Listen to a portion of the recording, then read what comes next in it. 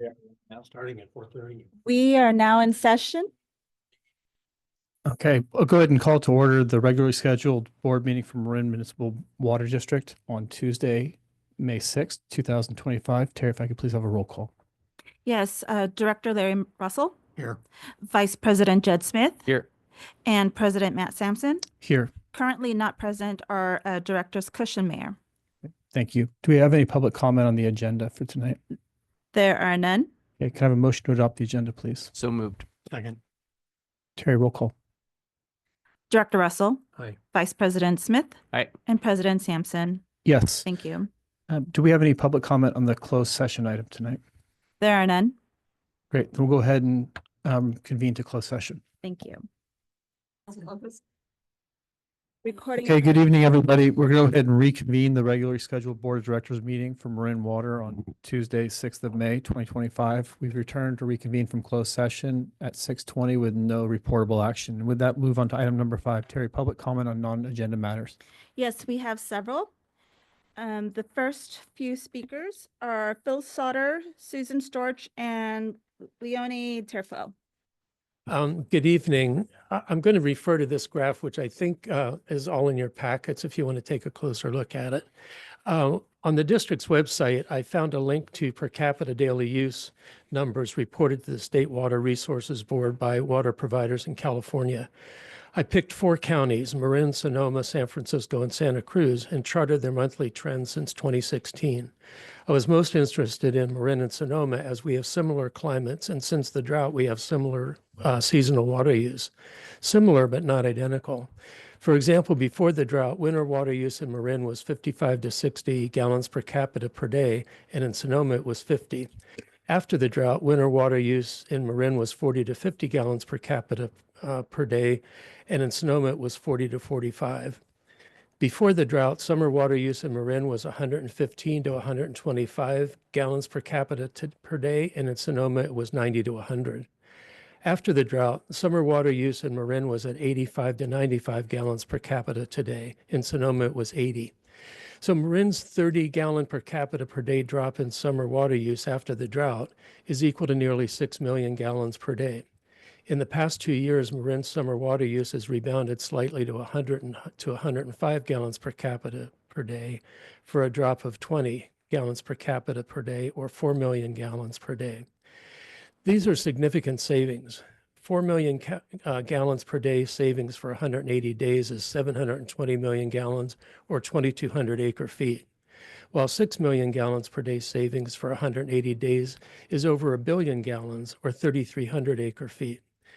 If Marin could hold on to its post-drought savings of 85 gallons per capita per day in the summer rather than 125 just before the drought, we'd have a 40 gallons per capita per day savings, similar to Sonoma's current summer usage, and we'd be saving 7,600,000 gallons per day.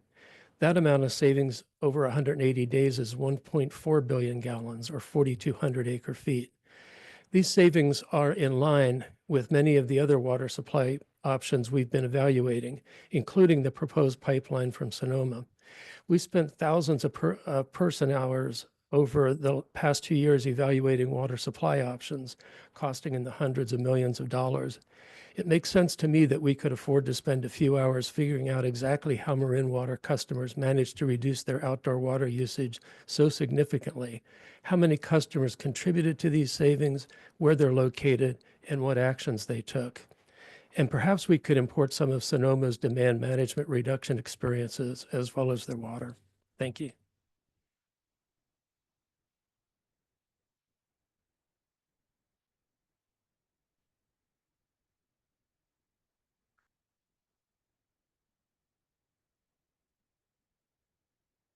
Hi there. I just want to say thank you to the Water District. And here's a picture. I don't know if you can see it, but I'm going to pass it around. I was here last month complaining that the electrical company and the Water District were doing work on my street. And in the process, they had cut the water line.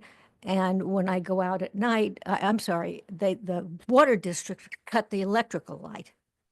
line, so that when I go out at night, it's too dark for me. And they fixed it. And that's all I want to say is they fixed it. I was here last month and they fixed it maybe a couple of weeks ago. And this very nice gentleman rang my doorbell at, they were here from about 9 o'clock in the morning till 11:30. And this very nice gentleman, Dylan Irving, rang my doorbell and I wasn't home. My husband said I'd be back later. He said I get off at 3 o'clock, but I'll come at 3 o'clock. So at 3 o'clock he came and he said, I just wanted to tell you we fixed the light and wanted to know if everything is okay. So thank you. Great. Thank you very much for coming back and letting us know. And Ben and Darren, thank you very much for jumping on that right away. Appreciate the effort.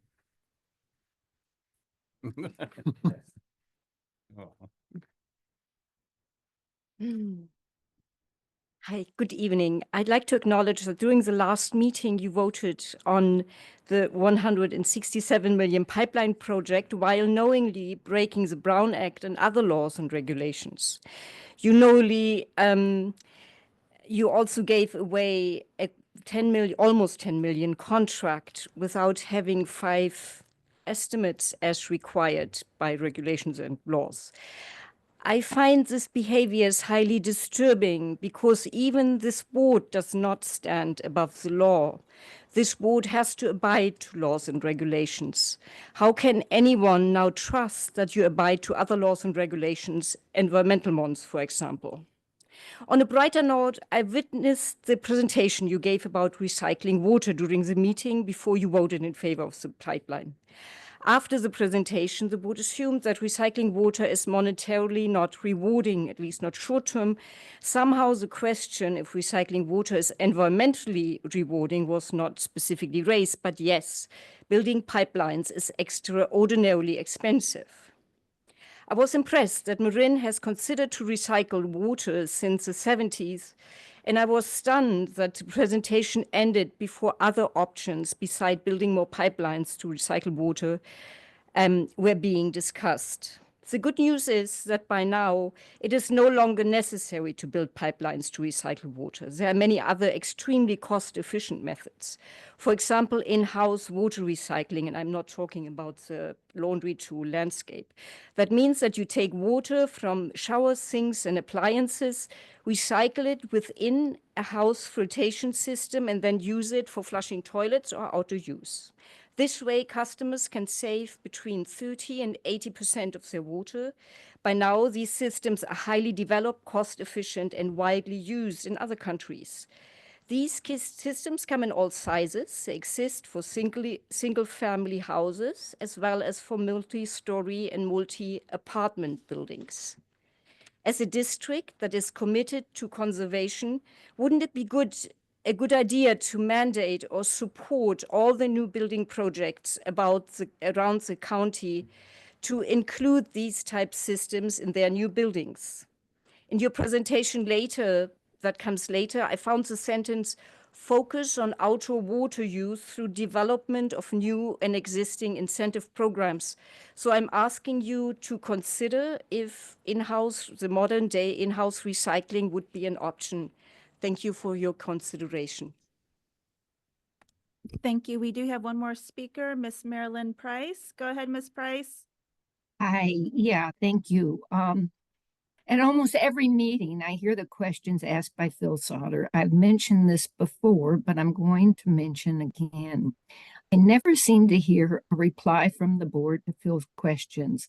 I don't know if this is against board policy, but personally, I would love to see a board meeting that addressed Phil's questions. Perhaps other water conservation experts could be asked to attend. It's just become a very confusing issue for me. I know we have approved the pipeline. It hasn't been started yet. And you know, you're in the midst of doing the contract, so there's a long way to go.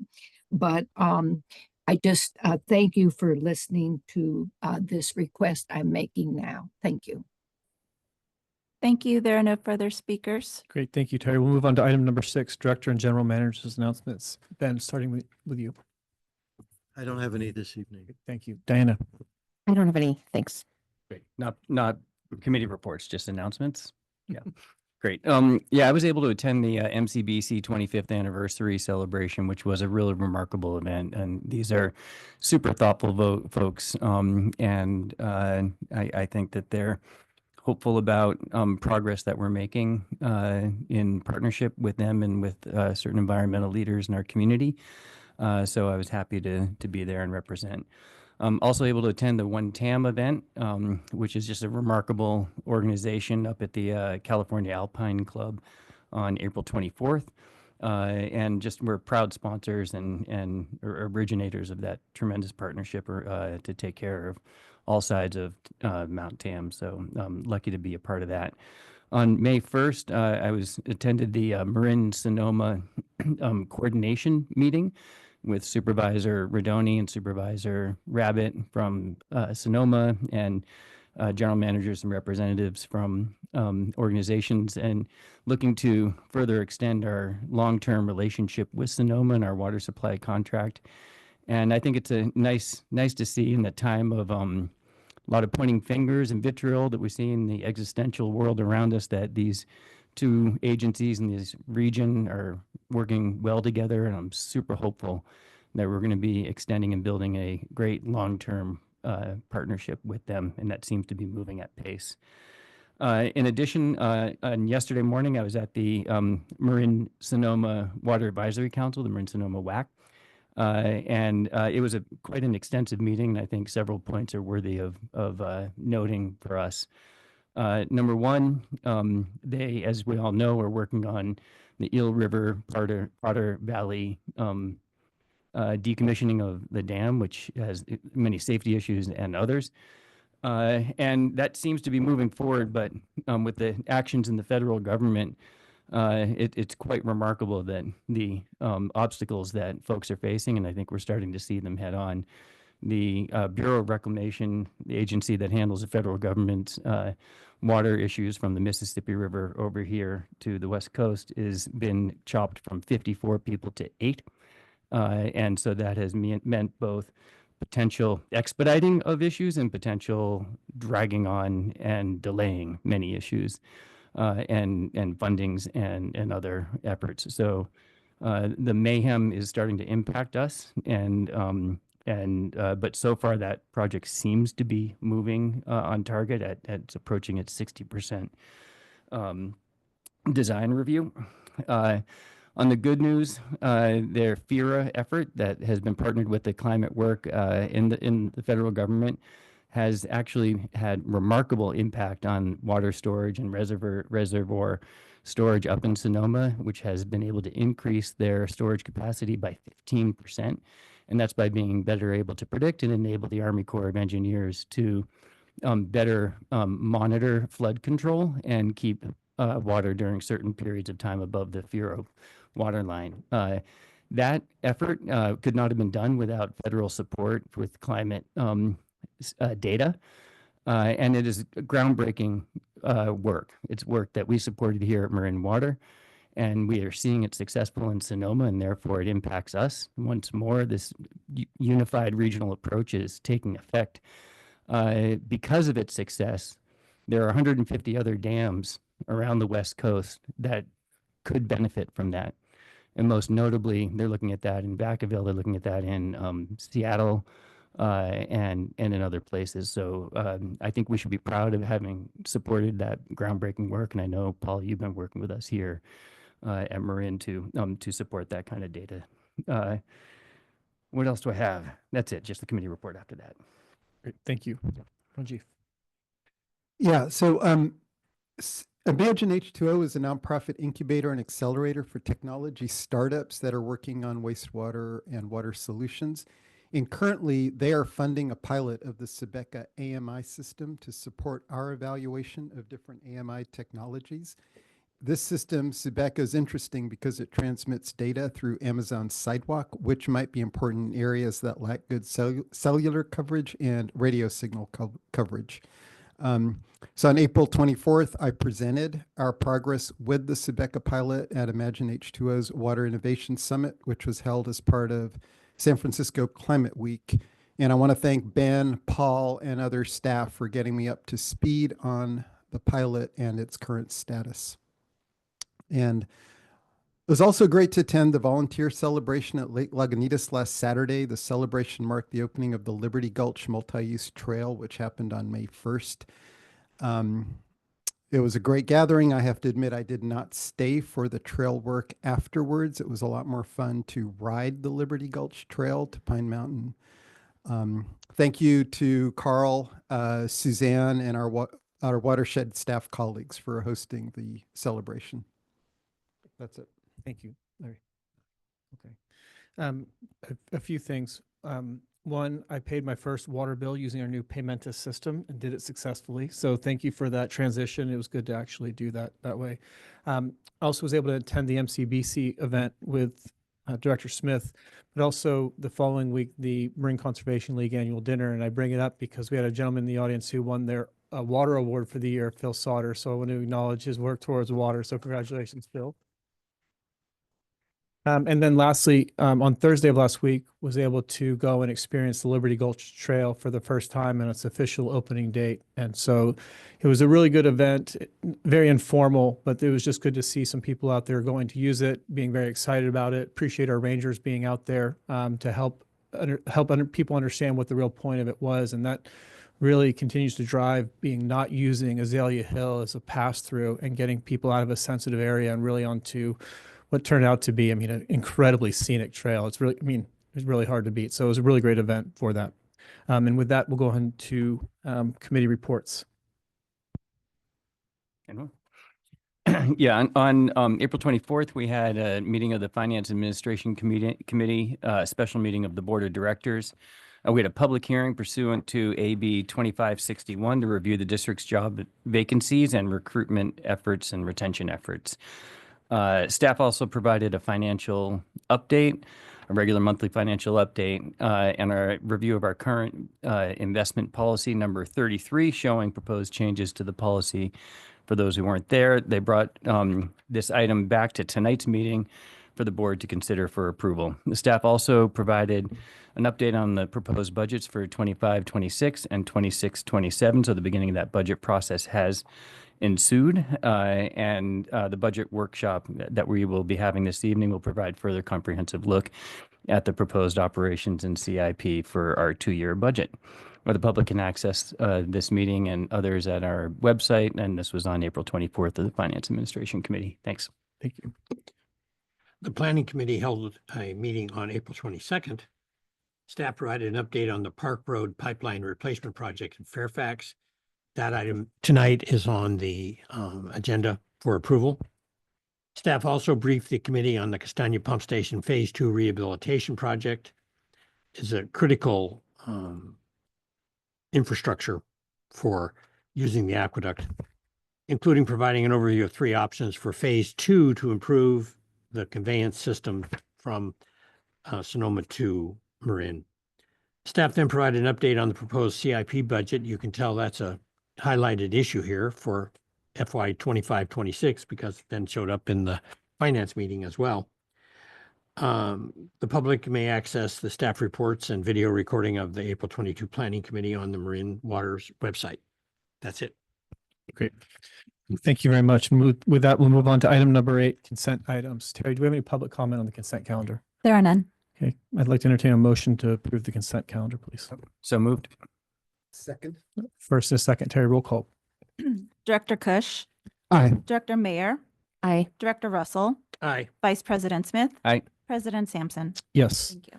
Moving on to item number 9, regular items. Number A, rescind watershed trail sharing pilot program and e-bike class 1 trial and adopt a revised e-bike class 1 pilot.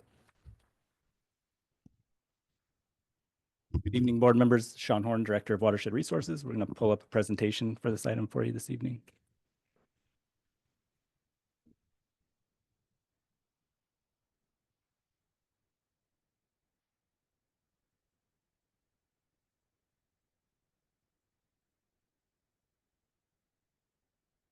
All right, so the item before you has 2 staff recommendations. The first one's going to be a resolution to rescind the e-bike trial and the bike sharing pilot program. The second is to adopt a revised e-bike pilot program. And we're going to walk through that tonight. We're going to provide a bit of background on the planning process that got us here, the item that we're rescinding or recommending for the board to rescind, and then the updated revised e-bike pilot. We'll walk through what that looks like and then talk about next steps. Before I go on, I just want to acknowledge the photo on the right there. That was the first e-bike community listening session that the district held back in December of 2018. And since that time, we've been on a journey, a long process, having discussions with the community, really trying to address this complicated issue here that lots of land management agencies across the Bay Area and California have been grappling with. The district started with the listening session in December of 2018. Upon that meeting, the board directed staff to form a community advisory committee to workshop various issues that we heard during that listening session and think about how e-bikes could be included on the watershed and what elements would need to be discussed and thought about in order to support that. The community groups, community members that participated in that developed a report with the support of a consultant and made some recommendations that staff brought to the board for discussion and further consideration. To support that, staff also had individual stakeholder meetings to get early input on how that would look and how we'd move that forward for the watershed. The district ended up deciding to move forward with a holistic watershed recreation planning approach, thinking that it was important to think broadly about recreation on the watershed and how people were connecting with it. We kicked this off with an initial scoping workshop in May of 2021, and then a second one in June of 2021 as well. Between June 2022 and April of 2023, we hosted a series of workshops with the community to talk about various areas of interest in regards to the watershed and thinking about how to connect people through stewardship programs, through visitor management strategies, improvements that we could do to our watershed facilities, and what adaptive management programs could be implemented by the district. That came together in a final report and some strategic opportunities that were identified in the final section of that report. Two of those strategic opportunities were the e-bike pilot program that was developed, as well as the trail sharing program. Those were developed in conversation and meetings with stakeholder meetings. We did field trips. We met on the ground to talk about various elements and tried to build those into the programs. We brought those forward in September to the board for consideration. And at that time, the board adopted a trial program for e-bike class 1, also a pilot program for multi-use trail access. Upon adoption, a lawsuit was filed against both of those for the notice of exemptions that were brought forward to support them. Since that time, staff has been working through a negotiation process to come up with a revised e-bike pilot program to support e-bike access for a 2-year period to allow the district to collect data to support future watershed management decisions and policy that the board could advance. So with that, the staff has developed a revised program that really is supported by the initial foundation that was developed in the pilot program that was brought forward in September. It includes a robust data collection process. That includes a trail counter network. We've expanded this through our conversations with the folks who were challenging it. We have also developed an incident reporting process for improving our kiosks and information on how people can report to the district activities they're seeing on the watershed. We developed a outline for 2 visitor experience surveys, similar to what we did during the Watershed Recreation Management Planning Feasibility Study, to get people's perspective and experience on the watershed and do that twice through the pilot program. We agreed to continue monitoring social trails as we do, advancing our early detection rapid response to make sure we're on top of invasive plants along our fire roads. Agreed to a bat study to conduct on the watershed over the 2-year period, and then continue with our northern spotted owl monitoring activities that we've been doing on the watershed. In addition to this, we're developing a reporting process that comes along with an annual report on all the data that's collected through this effort, quarterly updates to our stakeholders so they're kept apprised of what's going on the watershed, and then a final summary report of the e-bike pilot at the end of the 2-year period. With that, next steps that staff is currently working on to support this is we're updating our watershed kiosks and our website to support this pilot program. We're ensuring that our trail counters are operational at the locations that we've identified. We're working to bring forward contracts to support the environmental studies that will be needed to be brought forward during this pilot program. The intention is to get this all in place to support a July 1st e-bike pilot start date. In addition to that, we'll be running our watershed visitors experience surveys in the summer of 2025, and then again about a year after that. That's the supporting elements to advance the e-bike pilot program. We are acknowledging that we did not find a way to bring forward the trail sharing option, but we are committed to advancing that conversation through a broader watershed trail planning process that really does help the community think about and bridge that gap around our understanding of how bikes could be integrated into the system in a meaningful way. And we think we've learned a lot through the conversations that we supported in our watershed recreation planning process. And there's a lot of background information that we've collected and organized to support our next steps in this trail planning effort that we're proposing to do. So our intention is to bring back to the watershed committee meeting in June an update on how this planning process would roll out and our next steps for it. But tonight, as I mentioned at the beginning, we're asking the board to approve 2 resolutions, one rescinding the initial pilot programs and trail sharing effort, and one to adopt a revised trail share e-bike pilot for 2 years for class 1. And then also the third attachment in the packet is a notice of exemption to support that utilizing the existing facilities that we would be looking at. And so the pilot program tonight would be focused on our fire roads and supported for a 2-year period. And with that, we'll take any questions you have. Great. Sean, thank you very much for the presentation and just for your continued work and staff time to get us to where we're at right now. It doesn't go unnoticed. Appreciated. Question of process, Tamale, 2 separate votes. Thank you for the question. I was going to mention that I think for the record in this case, it would be advisable to take the resolutions separately. Okay, we'll go ahead and discuss together, but we'll go ahead and move separately. And with that, go ahead and open to board comments. Dana.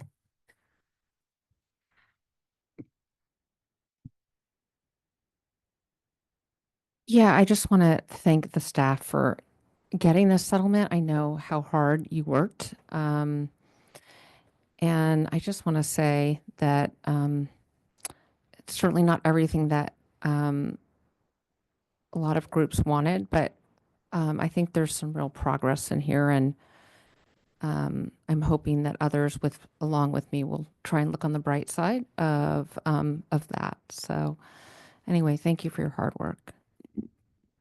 Thank you. I'm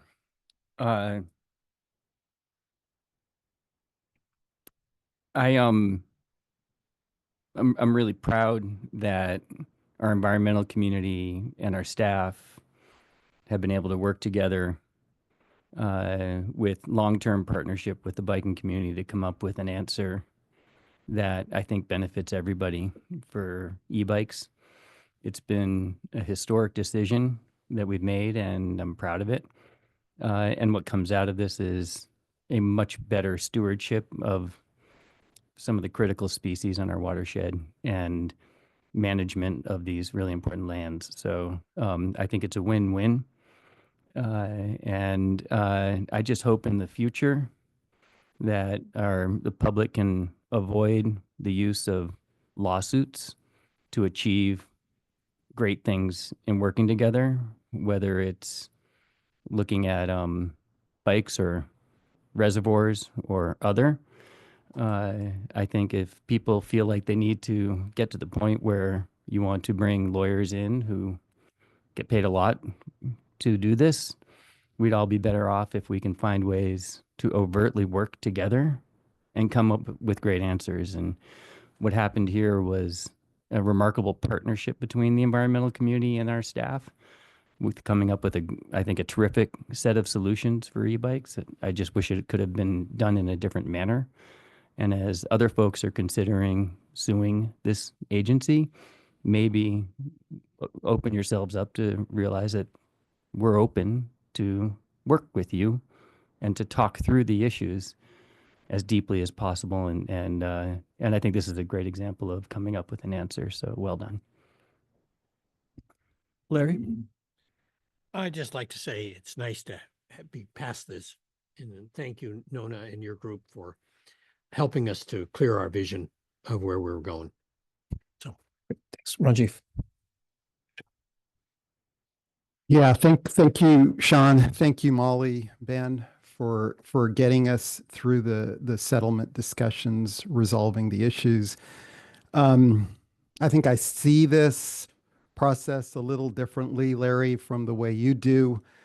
When we did approve the 2 pilots on September 3rd, this isn't where I was hoping to end up. I think there was a lot of opportunity to address remaining issues and concerns collaboratively. We were not able to implement that. And I feel really sorry for it, because I think we were forced to focus on process over outcomes. And when I say outcomes, I also mean environmental outcomes, not just recreational outcomes. I think some of those were compromised, but we are where we are. I think taking Diana's recommendation, I'll encourage all of us to consider this as a glass half full. The settlement, I mean, rather than a glass half empty. The settlement allows us to document and understand the impacts, and I think there are going to be positive as well as negative impacts of Class 1 e-bikes on our watershed. The settlement also identifies steps for advancing single track trail access for bicycles. I'm very optimistic that the quarterly stakeholder meetings that are included in the settlement will continue to improve our ability to collaborate and develop positive approaches for inclusive use and appreciation of our resources. Thanks, everyone. Thank you. I'd be hard pressed to not say that I'm not disappointed in the outcome of what happened, because I think, like Director Cush said, we had the opportunity, and the P word's important here. It was a pilot. It was not a permanent change. It was a pilot to hopefully better understand. But I say that in the same breath and turn around and say, from this, we got a settlement, and the settlement, we got compromise. So I have to say a very heartfelt thank you to the staff for bringing this forward, but all the stakeholders here and out throughout the community, whether they were litigants in the trial or not, everyone came together to find a common piece that we can move forward. And from this, I think we should be able to celebrate on, because it is an important step as we responsibly introduce technology into the recreational field, and do so in a way that's retractable if it's not beneficial, but also expandable should it be non-impactful. And I think that's where it's at. But I think, for me, the big learning component of this, Sean, your picture is powerful. 2018. If we could have figured this out in 2019, we'd have had 5 or 6 years of data already, of which to inform decisions. But now we are delayed because of a process piece. So I hope that further efforts, like Director Smith said, whether they're water supply or recreational ones, we don't have to have this protracted period of time where we're really wasting valuable time to get the same amount of data we hope to get from this.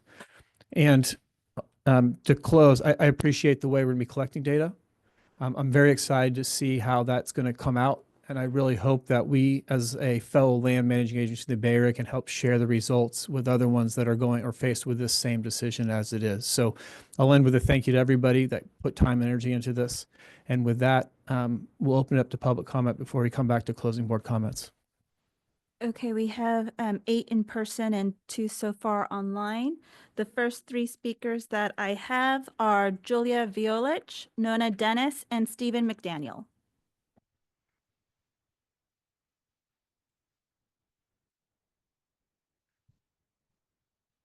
I'm Julia Violich. I think a lot of you guys know me. I am actually also a board member of 2 water districts, both in Glenn County. I'm one of the largest almond producers in the world, and water is incredibly important, and I understand all that you guys go through. I'm also the fairy godmother of cycling in the United States of America.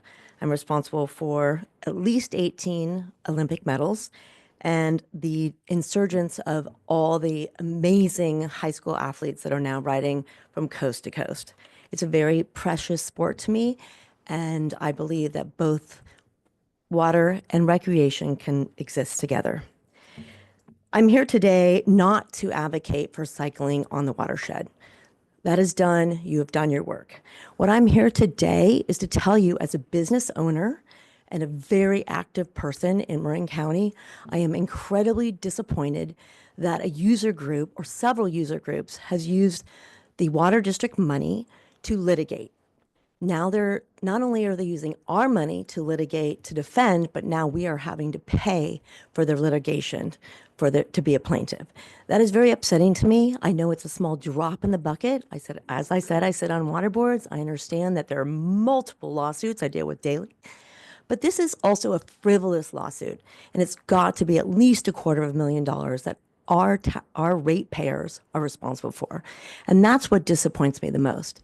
It also disappoints me that the settlement includes paying for the plaintiff's legal fees. And going forward, what's going to stop other people from suing? Are we just going to settle again? So that's all I have to say. Most of you guys, or actually all of you guys know me. Most of you guys know me. But I just, I appreciate the thoughtfulness. I appreciate the staff. They've just been amazing through this whole process. But I'm here today as a ratepayer, and I'm disappointed. Ms. Dennis, then Mr. Stephen McDaniel. I'm Nona Dennis, representing Marine Conservation League, one of the 3 litigants. A couple of basic facts. One of them is that I started working with CEQA in 1970, sorry. So I'm familiar with it. I'm particularly familiar with one provision in it, and that is that the categorical exemptions, have no opportunity for public comment. If you read the very brief section of the CEQA guidelines that tell you about exemptions, when you file a notice of exemption, the public, if it has any objections, has 35 days as the statute of limitations to file a complaint. That is it, period. That's the public process for exemptions. During the years that we spent talking, we participated, we exchanged ideas with stakeholders, with staff. And one thing we said from the beginning was, we need to have a planning process, which is like similar to county parks, Roads and Trails Management Plan. We need to have an update of the 2005 Roads and Trails Management Plan, which has a huge amount of data. Very, very useful. It says that use harms trails. It doesn't say who's doing it. It doesn't say anything about the recreation or any of the activities. That was the need to update the data in the 2005 Road and Trail Management Plan and its programmatic EIR, which is still useful for sediment management, but not for recreation. Work to do and start from a plan. And from that point, then work out how trails, narrow existing trails that were never designed for bicycle traffic, how to take them one by one, as the county has done, and improve them to standards which are really appropriate for shared use. The 9 pilots that were raised were not suitable for shared use. They were not safe. There were sections of them that were fine, others that were patently not suitable. And but that's not the safety issue is not a CEQA issue. When we came to the point where the first decision that you made after 3 years of discussion, the first decision you made on September 3rd was the only one that could have a physical impact on the environment. That's what triggers CEQA. And that's why we couldn't really, we can object, but our objections, our need, our desire to have the 2005 plan updated and to do this in a logical trail by trail by trail way, were not received. We continued with the pilot project and so forth. So with that, we had only one recourse, really. This is not CEQA legitimate. Thank you, Ms. And that's Dennis. why we had to sue. And the time will come Thank when you, those Ms. trails Dennis. will happen. Mr. Stephen McDaniel, then Stephen Walsh, Andrew Levine, and David Carbonell.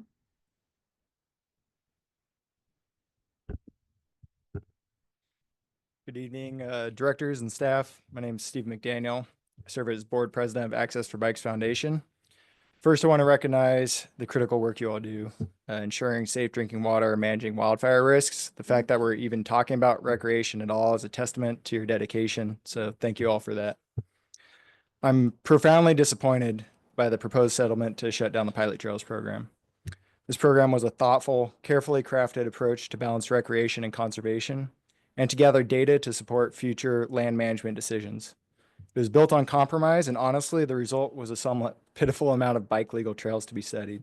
But it was progress, glacial progress, but progress nonetheless towards responsible recreation that the rest of the world seems to have reached decades ago. But the obstructionists, the litigants, couldn't bear the thought and turned to courts rather than constructive dialogue, weaponized well-intended legislation, all at the expense of us ratepayers. This continues to reinforce a troubling message that litigation dictates land use policies instead of science, collaboration, and common sense. The settlement won't change demand for the trails. It simply pushes people outside of the system and weakens trust in the process. The reality is, many mountain bikers feel left out, and when reasonable compromises are shut down, they will completely disengage from the conversation, which leads to more conflict. We have a choice. Do we keep repeating the cycle of exclusion and enforcement, or do we work together to build a sustainable and inclusive future for trail access? The Road and Trails Management Plan offers a way forward. It acknowledges the reality of trail use, provides a framework to balance recreation, conservation, and compliance. So I urge the board and staff to pursue the RTMP with all efficiency, move forward with a solution that reflects the needs of the entire community, not just those who have the means to file lawsuits. This settlement doesn't have to be the final word. It can be a turning point, an opportunity for us to re-engage, rethink, and create a better path forward. Thank you. Mr. Stephen Walsh, then Andrew Levine.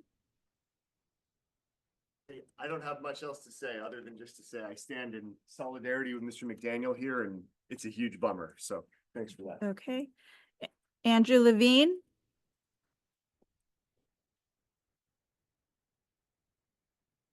Hello, I apologize for reading, but I don't want to leave anything out. I'd like to start by thanking Ben, Sean, the board and staff for all the actions they've taken to improve the public's access to the watershed. However, this collaborative process has been corrupted by a few people acting in bad faith. And now the district is complicit in this by capitulating to their demands. The district, scientific experts, and hundreds of community members spent thousands of hours over several years in a well-designed public collaboration process that came up with compromise solutions. Afterwards, a handful of wealthy, entitled folks used their resources to sue the district. They've disrespected all the other participants and the district itself. Contrast how the groups have acted since the process completed. The cycling community has worked to improve conditions in the watershed with considerable labor and money. The NIMBYs have funded lawyers gatekeeping access to their personal backyard instead of actually working to protect the environment. The playbook for these bullies is to use lawsuits to slow trail progress. In the end, they always lose, but do delay justice for years or decades. By rewarding the bad actors and shunning the community, you're sending a message that collaboration, cooperation, and good faith compromise have no place here. It's unconscionable that you're throwing out the multi-year inclusive process and letting the obstructionists drive the next steps in secret meetings while paying over $100,000 to them for their legal fees, notwithstanding the money you've also spent. They get to see you next time for free. You're giving them the money back. Why reward those who abuse the process? Should the cyclists litigate instead of cooperate? Is that what it takes to move the needle? By rebuffing collaborative participants who are willing to compromise, you're telling us that they're second-class citizens and that these efforts are not worth our time. You're forcing folks to be outlaws. The district and the plaintiffs are now working counter to solutions that benefit us all and the watershed. Instead of a handful of trails with a clear social contract of mutual respect, you will now have a whole watershed where a huge portion of your visitors are outlaws. Expect them to act accordingly. Separately, the Class 1 e-bike pilot is no concession to the plaintiffs. The state implemented laws a decade ago that Class 1 pedal assist e-bikes are just bikes, not motor vehicles. Thousands of Class 1s have been ridden on the watershed hundreds of thousands of times in the past decade, and there's been no enforcement and no impact. Your neighbors on Tam allow e-bikes. This is not a fancy new area. A protracted legal fight is unpleasant, and there's a chance you lose. The district sees the updated RTMP as a way out of this morass. It's naive to believe that the same selfish characters aren't going to sue again when it's permanent instead of just a pilot. Thank you, Mr. Levine. Your time's up. I'm sorry, there are other speakers. But we appreciate the comment. David Carbonell, Larry Menikis, and Nicole.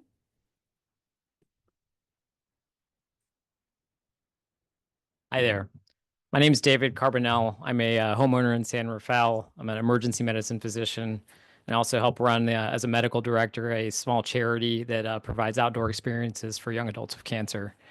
And I just want to say that I'm so disappointed that the board of directors could not find the courage to back the convictions of their own staff and processes in rescinding this mountain bike trail sharing policy project. By caving to the legal brinkmanship of a small sliver of anti-science exclusionary faction, they are continuing to perpetuate the inequity of riders on Mount Tam. And to what end?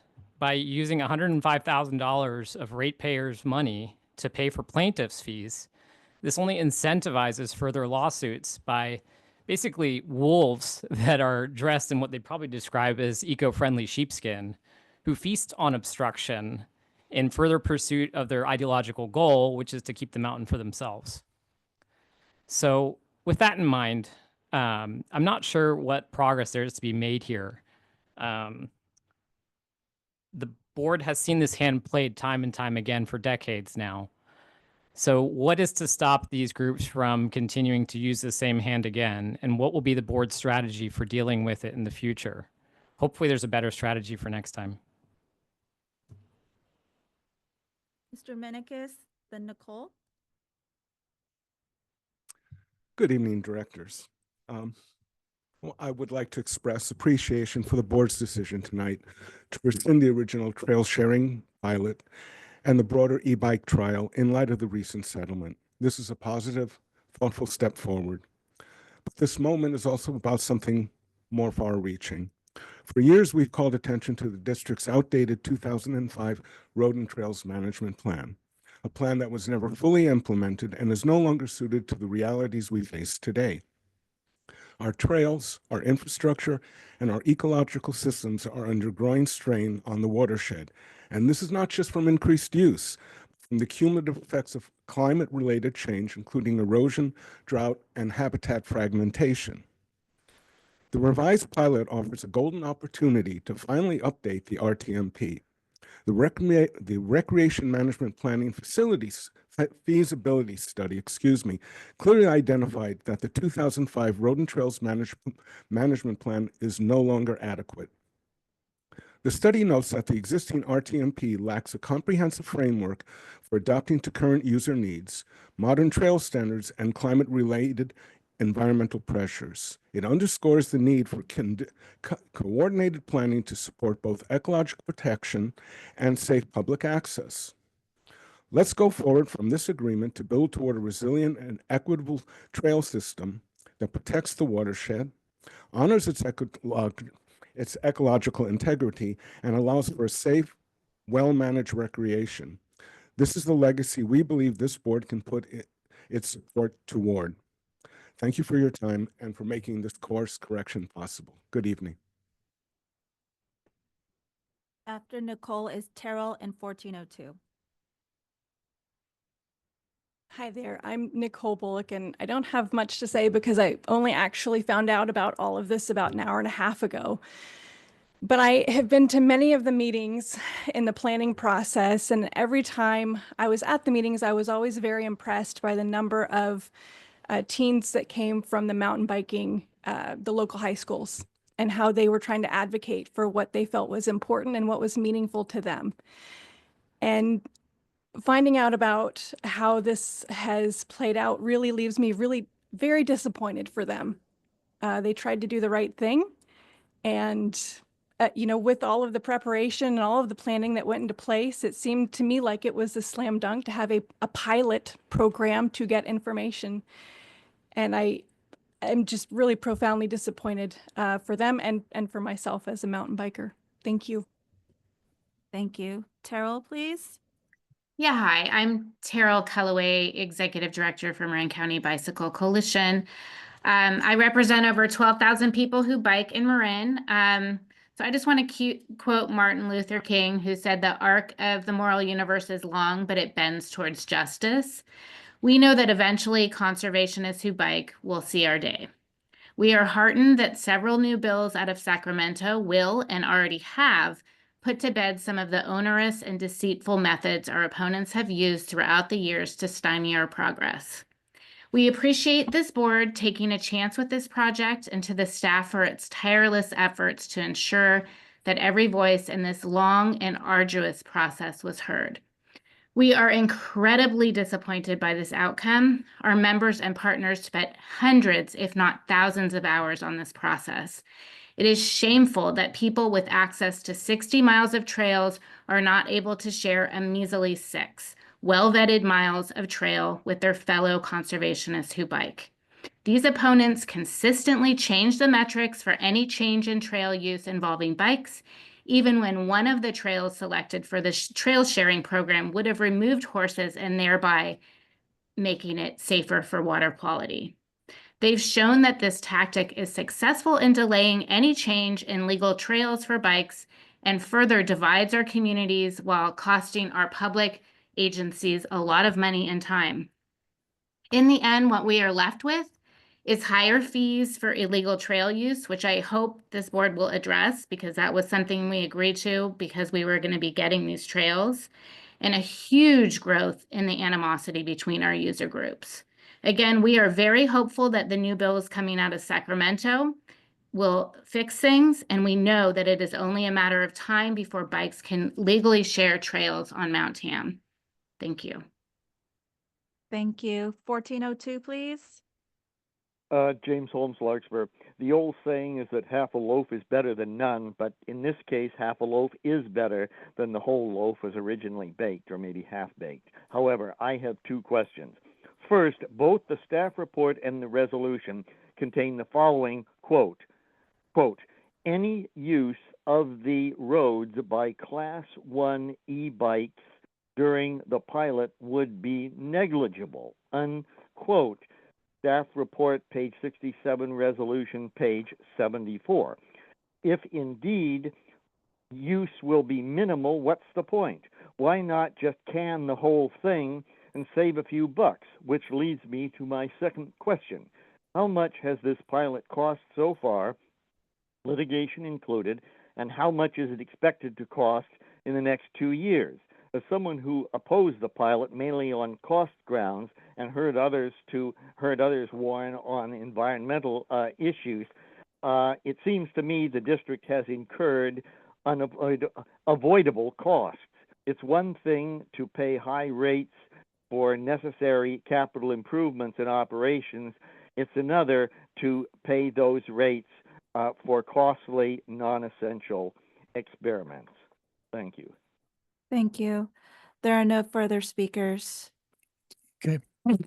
With that, any final board comments? Okay, so I think as part of the process, we'll go ahead and move forward on the first vote, and that's to rescind resolutions number 8790. I do want to make one comment.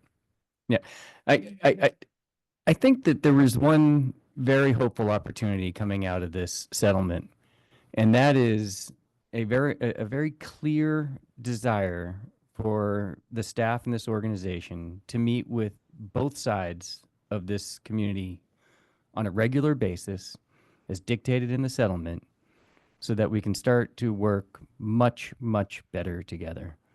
And I hope that the vitriol and finger pointing that we're hearing tonight will be assuaged by these meetings, and that the staff will further listen, and that we'll come up with a better solution for mountain bikes in the future. Thank you. Can I say one thing too? I think it's really easy when you don't get what you want to, and you see somebody opposing it, to assign the most negative intentions to it. But one thing that I hear when I listen tonight is how much passion there is about where we live. And people want access to it because they love it. People want to preserve it because they love it. I don't believe it's all, selfishly motivated. Sure, there are people that don't want to share, but I think there are a lot of people that are really concerned about the state of the mountain, whether it's misguided or not, to not want bikes. And conversely, I think I'm so impressed with the biking groups and how much they know about conservation and how much they've looked at this issue. So I just want to say, I do think there's a positivity that we live in one of the most beautiful places on this earth. And this shows how much people care. And I'm just so glad we live in a place where people care so much at a time when there's so little respect given to nature and our environment. So thanks. Okay. We'll go ahead and move forward. The first vote will be to rescind resolutions numbers 8790 and 8791. I'll go ahead and entertain a motion. So moved. Second. First and second, Terry, roll call, please. Director Kush, Aye. Director Mayer, Aye. Director Russell, Aye. Vice President Smith, Aye. President Sampson. Aye. Motion passes. Moving on to the second resolution or second motion to approve by resolution a revised e-bike class 1 pilot for a 2-year period. I could have a motion, please. So moved. Second. Terry, roll call. Director Kush, Aye. Director Mayer, Aye. Director Russell, Aye. Vice President Smith, Aye. President Sampson. Yes. Okay. Moving on to item number 10, budget workshop.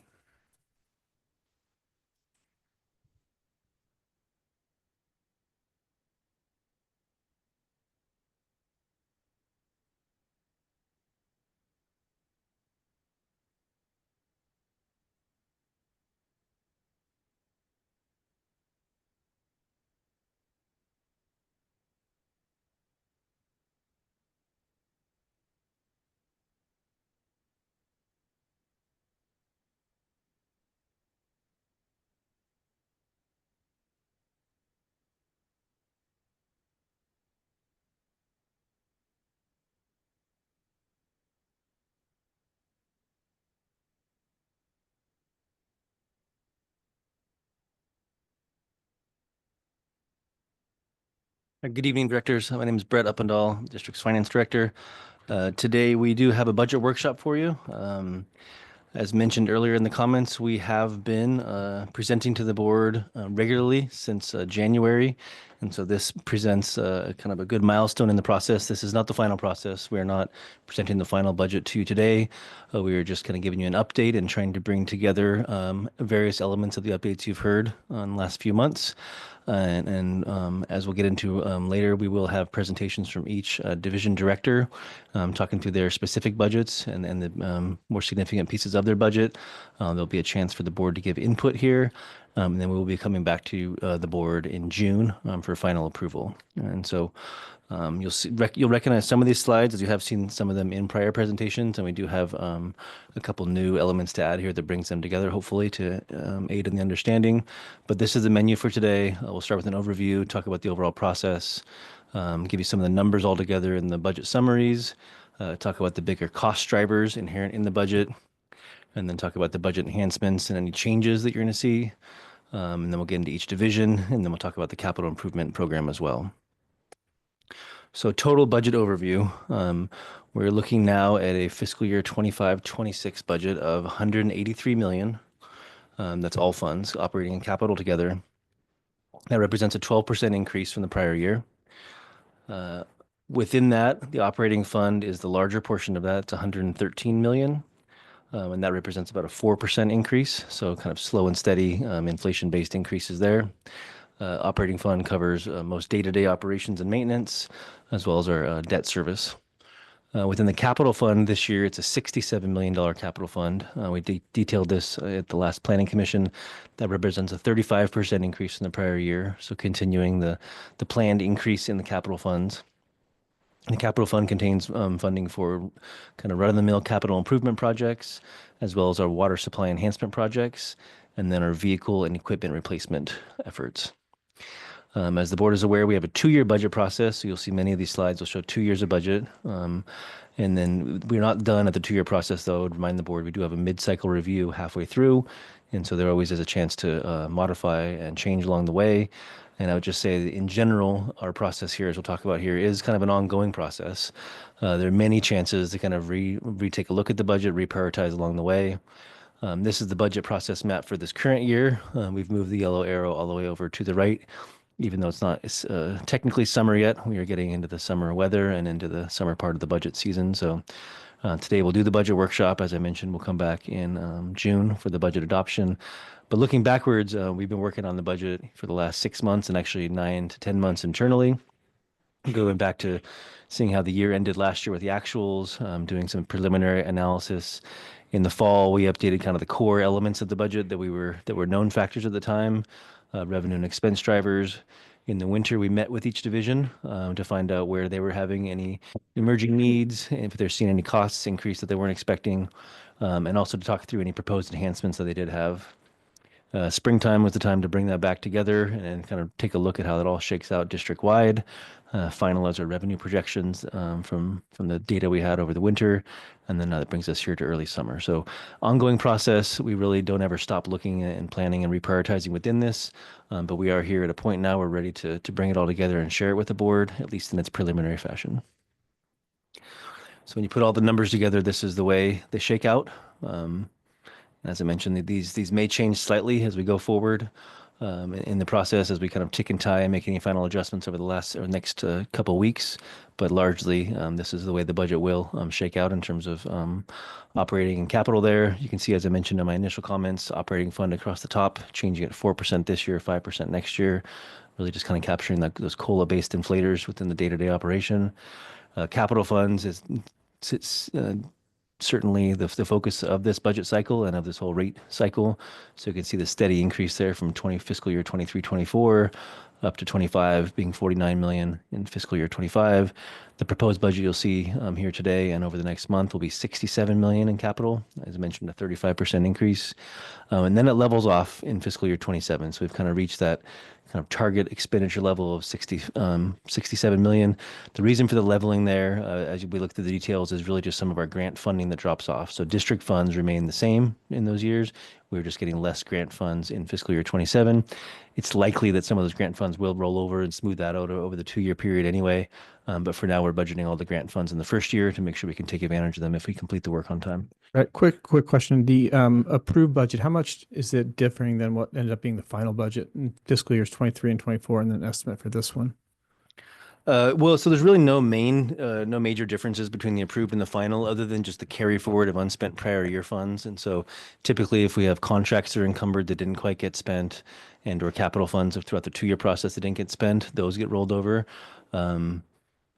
We did have quite a bit of capital rollover in 24-25, but if you kind of look at it this way, we had 32 million budgeted in 24. We didn't spend all of that. We spent around 20, so the remaining 12 went over. So in the 2-year periods, they all even out. So there's no additional increases in between. They're just kind of spread between the 2 years. Thank you. And Brett, to confirm, the capital funds include financing costs for the new water supply projects? Generally speaking, yes. So we've talked about that in kind of some of our deeper dives earlier in the year. So within our capital funds now, we haven't, programmed specifically taking bond funding out at this point. So we're basically cash funding of the next phase or 2 in the water supply projects and in our larger scale projects as well.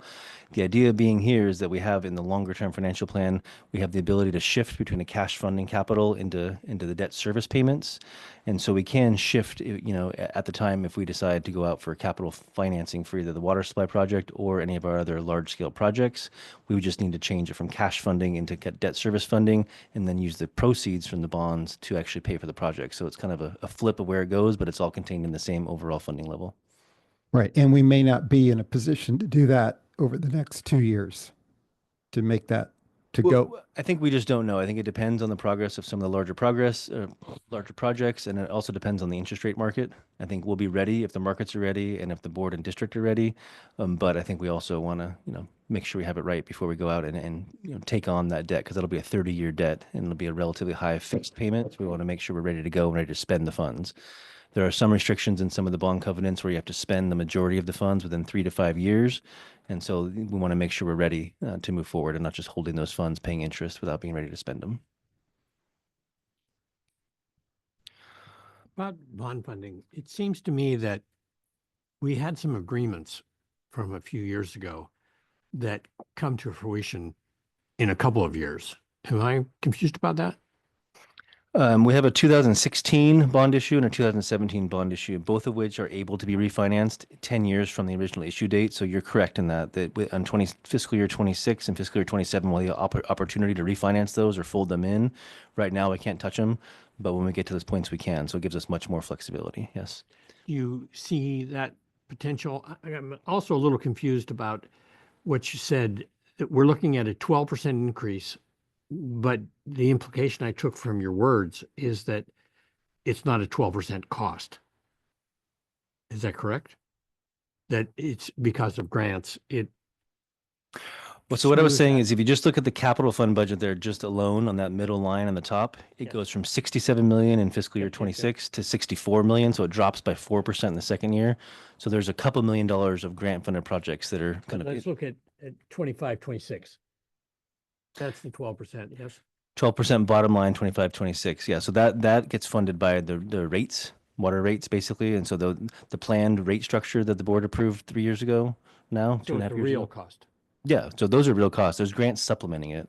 It's just that when the grants come in as revenue, we spend the grants, and then the next year they don't come in, so it goes down, and we're back to kind of our core district-funded capital at the fiscal year 27 mark. And we're also kind of guessing because we don't really know the grant until you get it, right? We don't budget grants until we've been awarded them, but we don't know exactly when the expenditures will go out and when the reimbursements come back. And I think we talked about that earlier. Depending on the agency we're working with, there may be some unanticipated delays, but we don't budget grants until we have a firm award. So the ones that are in the budget are ones we feel very confident about.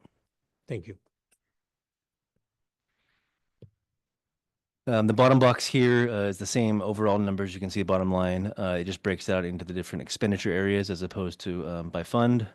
And then so you can see there just kind of going through again the top lines there. Personnel services are the main driver of our operating fund. Those are at 5% and 4%, very much COLA based. Operations and maintenance, also a big part of our budget, but not changing as much, 2% and 6%. Debt service is essentially flat. Capital projects, again, follows the line you see at top. And then I'll mention here contributions to reserves. Those are scaling down from 5 million a year to 2.5 million a year. And part of that, as we'll talk about, was to free up some funding for some high priority capital projects and kind of shift our priorities from kind of building up our reserves into actually spending them on high priority projects. So we'll talk about that as we go. So there's a couple charts here coming in the next few slides. And again, it's just different ways of looking at it in terms of where the budgets go. Some people like the tables and numbers, some people like charts better. So this is just kind of other ways of looking at it. Personnel services is about 35% of our budget. So certainly something I have to keep my eye on and something we all are aware of. The cost to provide the staff to do the work day to day. Operations and maintenance, they're 23% or so. I got another 41 million. If you look at capital there, 37% on the right-hand side, plus I kind of count our debt service in that as well. So over 40% of our budget goes towards our capital investments. So investing in the infrastructure we have and investing in water supply projects, over 40% of our budget. And then, as I mentioned, contributions to reserves. That particular line item, $2.5 million, is for water supply projects particular. So that is the water supply project fund. We'll continue building up that fund until we determine we don't need to anymore. But this will put us, we currently have $5 million at the end of this year. But the next 2 years will put us on track to have $10 million in that fund. And then revenues, I think I mentioned in the staff report, over 90% of our revenue comes from rates. And so you can see that there, 165 million on the left is by far the primary funder of our operating and capital budgets. We do get other revenues as well. We call them non-rate revenues. Permits and fees, about 2.5 million. Fire flow, those are property tax assessments. And so that's a fixed fee for each parcel here in Marin. And those are dedicated towards a specific list of projects that are, we call them our capital projects, but they're specific list of projects that are prioritized by the county fire chiefs to make sure we are keeping up fire flow pressures in all areas of the system. Grants we just talked about, those are spiking a little bit this year at 5.5 million. And then we do have other miscellaneous revenues adding up to 3.6 million as well. Most of that is interest income in this particular budget. And then, so what this is this breaks out just the rate revenue line. So you notice that we had 91% of our revenue, 165 million in rate revenues. This is kind of where they come in our rates. And so water sales there on the left, 115 million. That's 70% of our budget. And watershed management fee at the top there, 5.8 million. Together, those two are variable, meaning they change based on how much customers use. And so they're harder to predict. And those are much more of the ones that we keep our eyes on in terms of the correlations to weather, correlations to demand, and in terms of our forward-looking projections. Service charge and capital maintenance fee are fixed charges. So we have a relatively high degree of confidence in how much money we'll get, how much revenue we'll earn on those lines. Together, those make up, 27, 28% of our budget. So this kind of just a representation of how much we've kind of shifted away from kind of the fixed and variable, kind of being more balanced. We're now heavily weighted towards the variable, which I think was a known change. I know it was a known change. We talked through it many times, but it does add a little bit more volatility to the forward-looking budget. Fortunately, as we talked about in the Finance Committee meetings the last year or so, we've been on track with overall consumption estimates, and so they've fit in nicely to the 4-year plan. That obviously won't happen every single year, but we've been relatively close to projections so far, so there's not a lot of changes that must be made here in the second 2-year budget within our rate cycle. This is a historical look at our budget trends going back about 10 years. And I broke this out for capital and operating. And it is a little bit, I guess, difficult to see the trend here. But when you put the numbers to it, our operating funds have grown about 5% annually over the past 10 years. That's what you'd expect with general CPI-based inflation. We've talked many times about how we face higher than normal inflation for a lot of our inputs. And so to the extent that, some of those years have a spike, whether it's insurance, whether it's chemicals, some of those kind of day-to-day activities, we've either absorbed those or had to cut in other areas to maintain that 5% general pace. And then you can really see the capital budget over the last 10 years has increased an average of 12%, but it's more than doubled since 2023. So we had capital budgets in the 30 millions about 10 years ago. We had to scale that back a little bit to meet our revenue demands. And then you can see starting there in fiscal 23-24, we really started ramping up again. So that again is another testament to where the funding and where the rate revenues that we're bringing in are going, investing back into our system. Right, on capital budgets, do you know historically whether we've always funded those through our revenues, or have we also financed capital requirements? We've definitely financed capital requirements in the past. I think Director Russell probably has a better memory than I would on this, but I know that just in looking kind of at the history here, we traditionally used to cash fund most of our projects. We started taking out more financing in the early 2000s. We refinanced and kind of added to those a couple of times along the way. Some of it's to take advantage of better interest rates. Some of it was to provide more funding for big projects.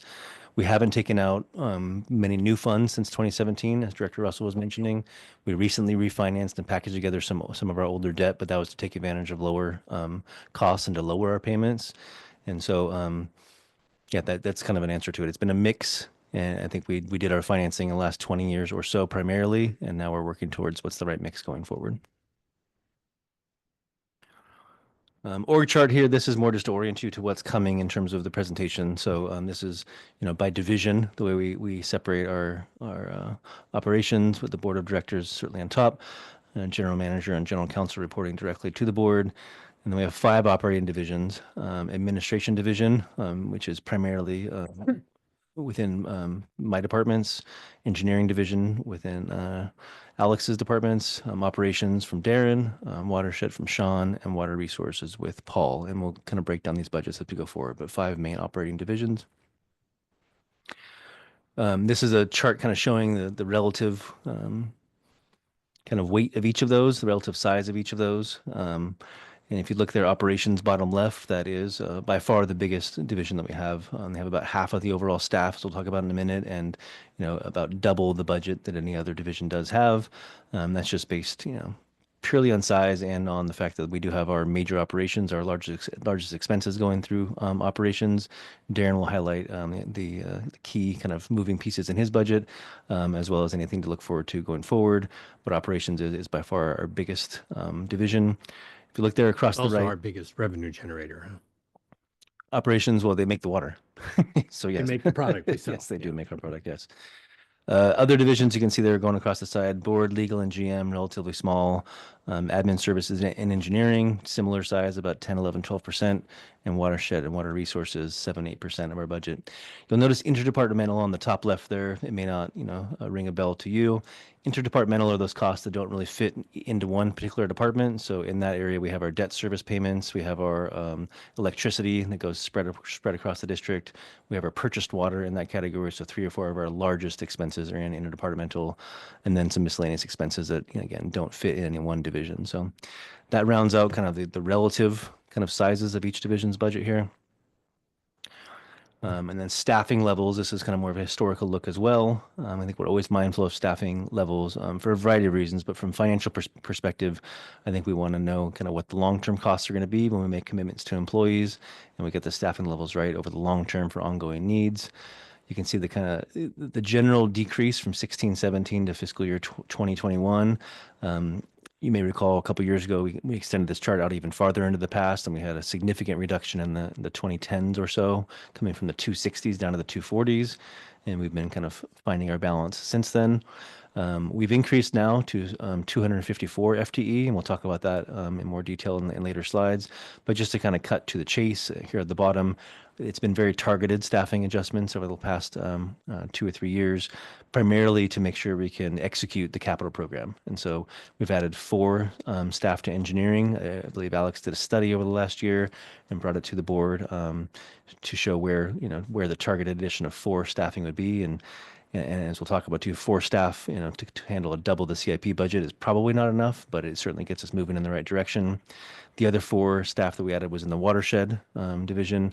That's 2 rangers, a grant-funded fisheries position, and a limited-term vegetation management position.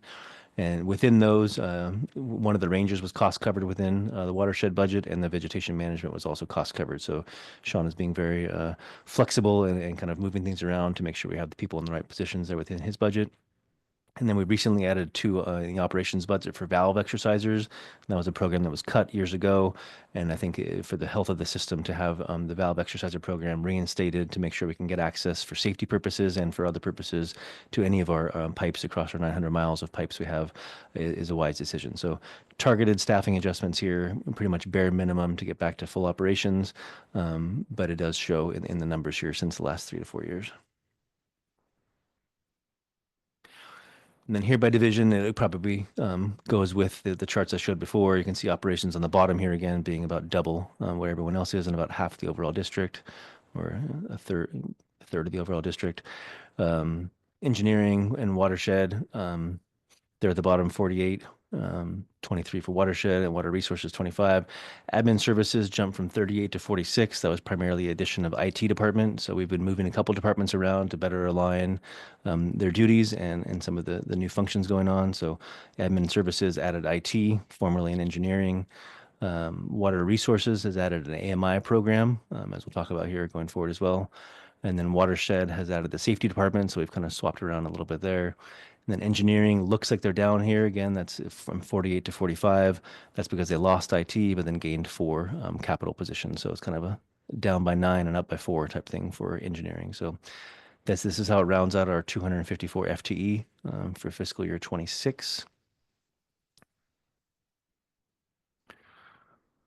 Okay, and then cost drivers. I've talked about most of these in the last couple of months with the board, but just to wrap them up together here, capital projects I mentioned a few times tonight. That is by far the biggest driver of our budget this year, a $17.5 million increase. Personnel services overall are going up by $3.2 million. There's a contractually agreed to cost of living adjustment of 3.1%. So again, well within that range.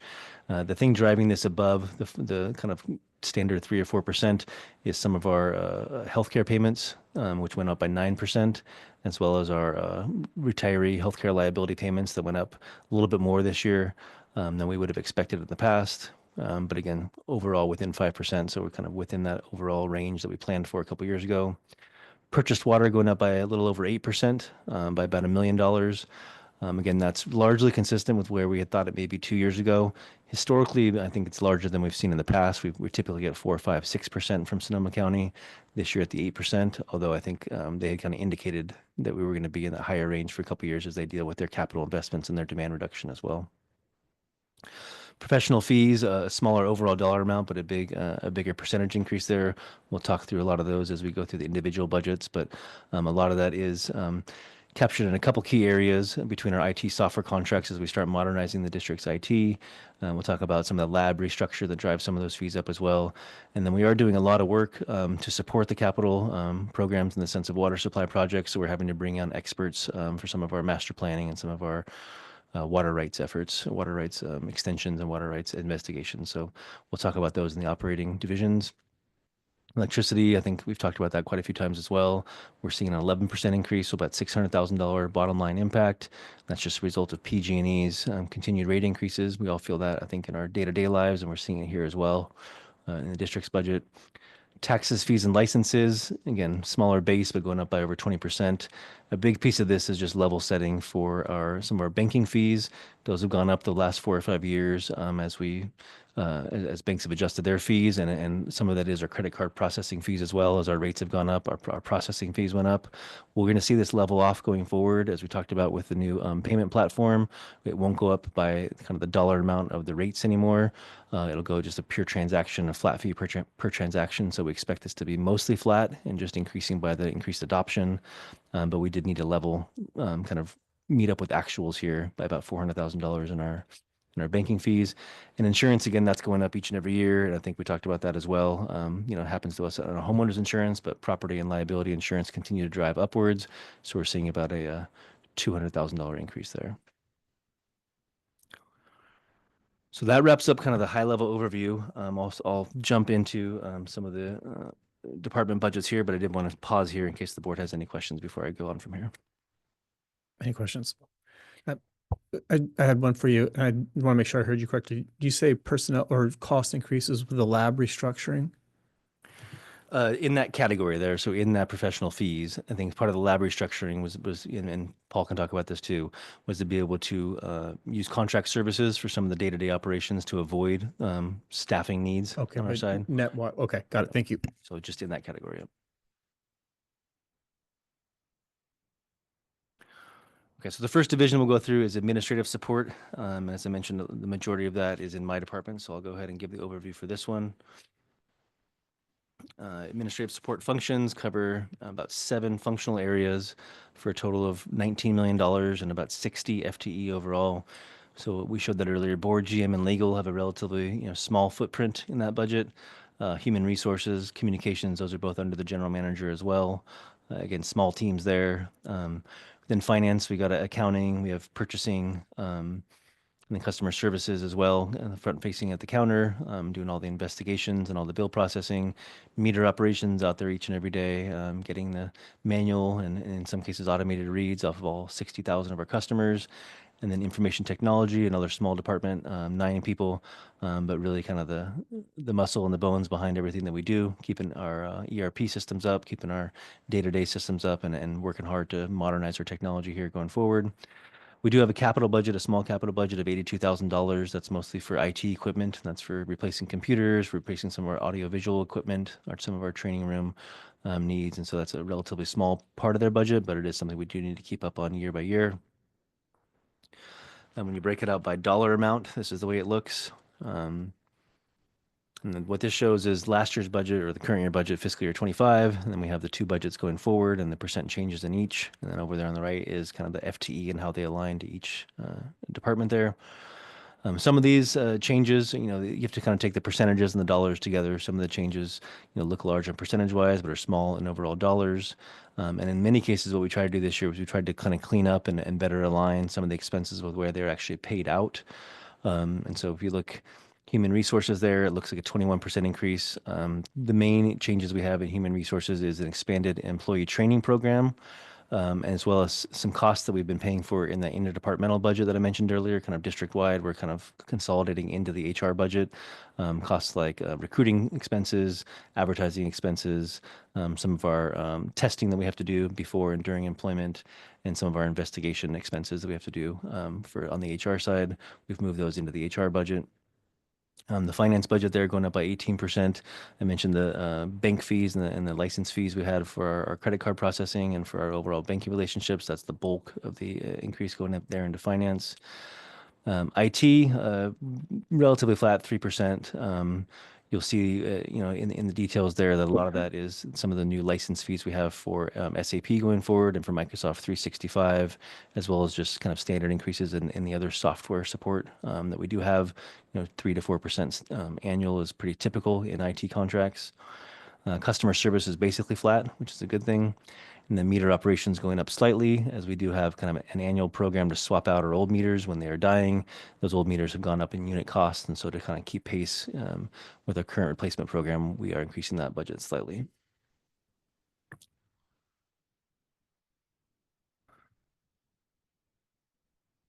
And this just kind of brings it all together. I don't want to kind of repeat myself too much here, but I think the idea here is, relatively within kind of inflationary expectations here on the bottom line between these between the three or four categories, 8% bottom line increase. A lot of that is in this kind of professional services, general and admin, and a lot of that is driven by the banking fees, as I mentioned, banking fees and taxes.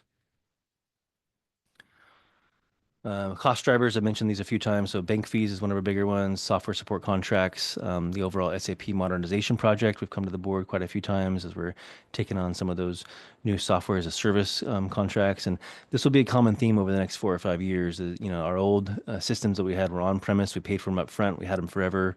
We had minimal support in terms of annual costs. Now everything is turning into software as a service, and so there will be kind of that ongoing cost in each of these areas. So we may save a little bit of money up front, not having to purchase these large software modules, but we will have to pay the ongoing fees, and then obviously inflators going forward. So that'll be a big piece of Brad and my work, is to really analyze those contracts, make sure we're getting good value for the district, and making sure we're able to forecast any of those increases going forward. IT equipment, I mentioned, kind of some of the standard replacements that we have in terms of our computers and our overall AV equipment. Outreach and marketing, a lot of that is in the communications department in support of water efficiency. And so a lot of that is the more kind of targeted programming towards high water users. That continues in our budget and was there the last 2 years as well. And I mentioned within HR, we do have training and employee engagement. We hired our training manager about a year ago. We're making our plans now for how to increase and really kind of expand our internal training programs. And so a lot of the changes that you're seeing in the HR budget are to support that, to make sure we have a full training plan for all divisions across the district.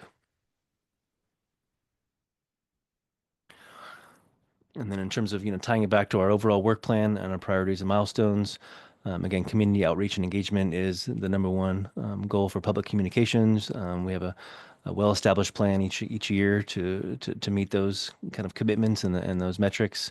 And I know that Adrian works very hard with all of us to make sure we're all doing our part as well. Modernizing IT systems, the main ones is SAP payroll and our billing modules coming up next, and then Microsoft 365. So currently we're in our payroll phase of SAP. Over the next budget cycle, we're going to get into our customer billing module. And so that'll be another big effort. That'll be kind of a distinct phase with customer service that will start on this summer. And then it will be the next budget cycle that we get into our kind of purchasing and finance core pieces of SAP. Microsoft 365, we entered an agreement last year, and so we're working on final configurations this month. And so that'll start to become a good tool for collaboration for the district across all areas and in support of many new projects. And so that'll be a big piece of how we work together going forward. Online and bill payments is also in our work plan, and so that is supported in this budget as well. Online payment portal, we recently launched kind of the initial phase of that with some enhanced services. I believe Director Sampson mentioned that in his comments earlier. We have the new portal up. We do have an enhanced services there. There will be a phase 2 that comes with that over the summer. That'll give more real-time data and kind of a different look on the actual bill itself. And then we'll really build out the website after that to make sure we're capturing, the district's messaging and any district services to be able to access them online, easily from our payment portal there. I think we'll also talk about in the future about how to integrate that with AMI as well as that comes out and makes that as seamless as possible experience between the two. Updated water rates, and so it may feel like we just finished a rate study, but we are in the next budget cycle going to be beginning the process for the next rate study. And so in late 2025, and then most of the expenses will come in 2026, we'll have a consultant selected to do another cost of service study to analyze, not only our current consumption patterns, but also some of our revenue drivers. And we'll also take a look at our kind of expense plan going forward and how to get those to line up. So that'll begin in late 2025, and we'll work on it, in earnest in 2026, and then likely bring the results back to the board late 2026 or early 2027. And I mentioned a few times already our employee training program within HR. So those are the key work plan priorities within the admin services division. And that leads me to the end of my presentation. So happy to take any questions on admin services before we switch over. Before you leave, I'd just like to say in my 20 years plus on the board, that was the finest presentation I've seen on the budget ever. I thought it was excellent the way you approached it. The level of detail was outstanding and useful. Thank you. Thank you.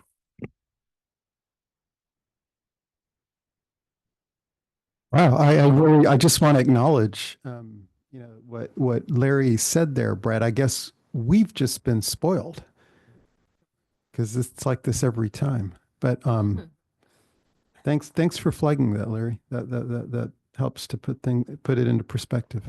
And thank you, Brett, for the presentation. Okay, so now Darren will do an overview of operations division budget. I'll drive here to the side and try to keep up. Thanks, Brett. Good evening, directors. I'm Darren Machado, the district's operations director, and I'll be going over the operations division. We'll go over our core functions, the organization of the division, and then our proposed operations division budget. So first, we'll get into operations core functions, and that's the operation and maintenance of our water system, essentially getting the water from our lakes to our customers through our water treatment plants. And lastly, there we have our support services departments, which consist of our auto shop and our warehouse, both supporting the entire district, both operating and capital needs, especially our warehouse. When we look at operations staffing, we have 97 staff in the division. And that 97 number is the same FTE count we had at the last budget cycle. However, Brett mentioned a couple additions to the operations division with the valve exercising crew. But with that, we added 2 for the valve exercising crew, and we moved a business system analyst position to Brett's team, to the IT team, and then a senior administrative assistant position to water resources. So that's how we ended up back at 57. We have 10 different departments within the division and 40 job classifications, just highlighting the wide range of skill sets needed to maintain and operate our water system. And that picture, real quick, is a picture of a main break in Tiburon at 303 Trestle Glen back in March. You might explain what that device is. Yes, I will. That's a 8x20 full circle leak clamp. It's what we use pretty often on cast iron water main repairs, and it's a permanent repair. And that particular main was about 74 PSI. Here's the operations division org chart. I do want to take a minute and just briefly provide a description for each department. There's 10 departments in total. I'll start at the bottom left. The first one's our system control department, who is responsible for maintaining our SCADA system, both doing program updates as well as replacing equipment. The SCADA system allows us to remotely monitor and operate our water system. The next department is our distribution system. These are our distribution system operators working across the street in the courtyard in the control room. That's staffed 24 hours a day, 7 days a week, all year long. Next department's our corrosion control department. This department's responsible for our corrosion control program, which consists of both passive systems and impressed current systems that are used to protect our water lines and tanks from corrosion. Next department's our mechanical and electrical department. This department is responsible for maintaining all of our pumps and pump motors and regulators within our system. Currently, we have 94 pump stations and about approximately 193 pumps. Water treatment, our treatment plants, Bontempi and San Geronimo, are staffed 24 hours a day, 7 days a week. Ignacio is not, but staffed during the week. The only time our water treatment plants aren't staffed is when they're out of service. System maintenance department is our largest department within operations. This department's tasked with maintaining our pipelines. They're the departments and crews that respond to water main breaks, fix leaks. Also, we have our first responders in this department as well. Oh, and I'll talk a little bit more about that department later on, as it is our largest department, both with employee count and budget. Our facilities maintenance department, they're tasked with maintaining our pump houses, specifically the structures, which include roofs, siding, drainage, foundation, paint. Also within that department, we have our facilities and landscape coordinator who oversees our vegetation management contract as well as our tree maintenance contract. And then we also have our pipe shop in that department, which maintains all of our smaller equipment, and our welder and fabricator position is within that department as well. Our auto shop, we have a staff of mechanics who maintain all of our fleet vehicles and equipment. We pretty much maintain and service everything in-house. Moving on to our project maintenance department, this crew, it's a crew, is tasked with maintaining our Pelican Way facility. That's where all of our system maintenance crews haul in spoils from day-to-day excavations. They'll dump them at Pelican, load up with backfill material, base rock, sand, and go back to the site. And the special projects crew, the project maintenance crew, will haul that material out in bulk and also haul in the backfill material in bulk. And they're also tasked with maintaining sludge levels at our treatment plants, meaning they process the sludge after it's in the drying beds, turn it over, get it ready and dry enough to where we can transport it to landfill. And then our warehouse is a fully functioning warehouse that supports both operational needs and capital projects. Terrence, quick question. The approximate fleet size that 4 people are servicing? 227 vehicles, equipment. I mean, that includes everything. Yeah, it's impressive for 4 people. Might indicate too that Pelican Way is still the pipe storage. Absolutely, good point. Yeah, we store all of our welded steel pipe and PVC pipe for capital projects at Pelican. Looking at the operations division budget, the overview, our baseline operating budgets, $32.7 million with 97 FTE. Which I touched on earlier. Our primary functional areas are operation and maintenance of our water system, our water treatment facilities, and our support services, which again is our auto shop and warehouse. We have a department baseline capital budget of $1 million. This includes automotive services and facilities maintenance. A majority of that money is for fleet vehicle replacement and equipment, but this is also where we budget. Each department budgets for equipment replacement, smaller equipment replacement. And here is where we budgeted for transitioning our gas-powered equipment to battery-powered equipment. We've already started that, but we've got additional budget over the next 2 years to keep moving forward with that. So if we look at our preliminary operating budget by expenditure category, just looking over at the percentage change from fiscal year 2026 to from fiscal year 2025 to 2026, not any real significant percentage increases or decreases there. I will point out that on materials and supplies are where our chemicals are budgeted, and it's showing down 9%. We just got final bids in from chemicals yesterday. That 9% is gonna move a little bit. It's gonna move to probably 5.5%. So we're still down, not quite as much, which is gonna take our overall percentage change for our operations division budget closer to 0. It's still gonna be negative a little bit, but closer to 0.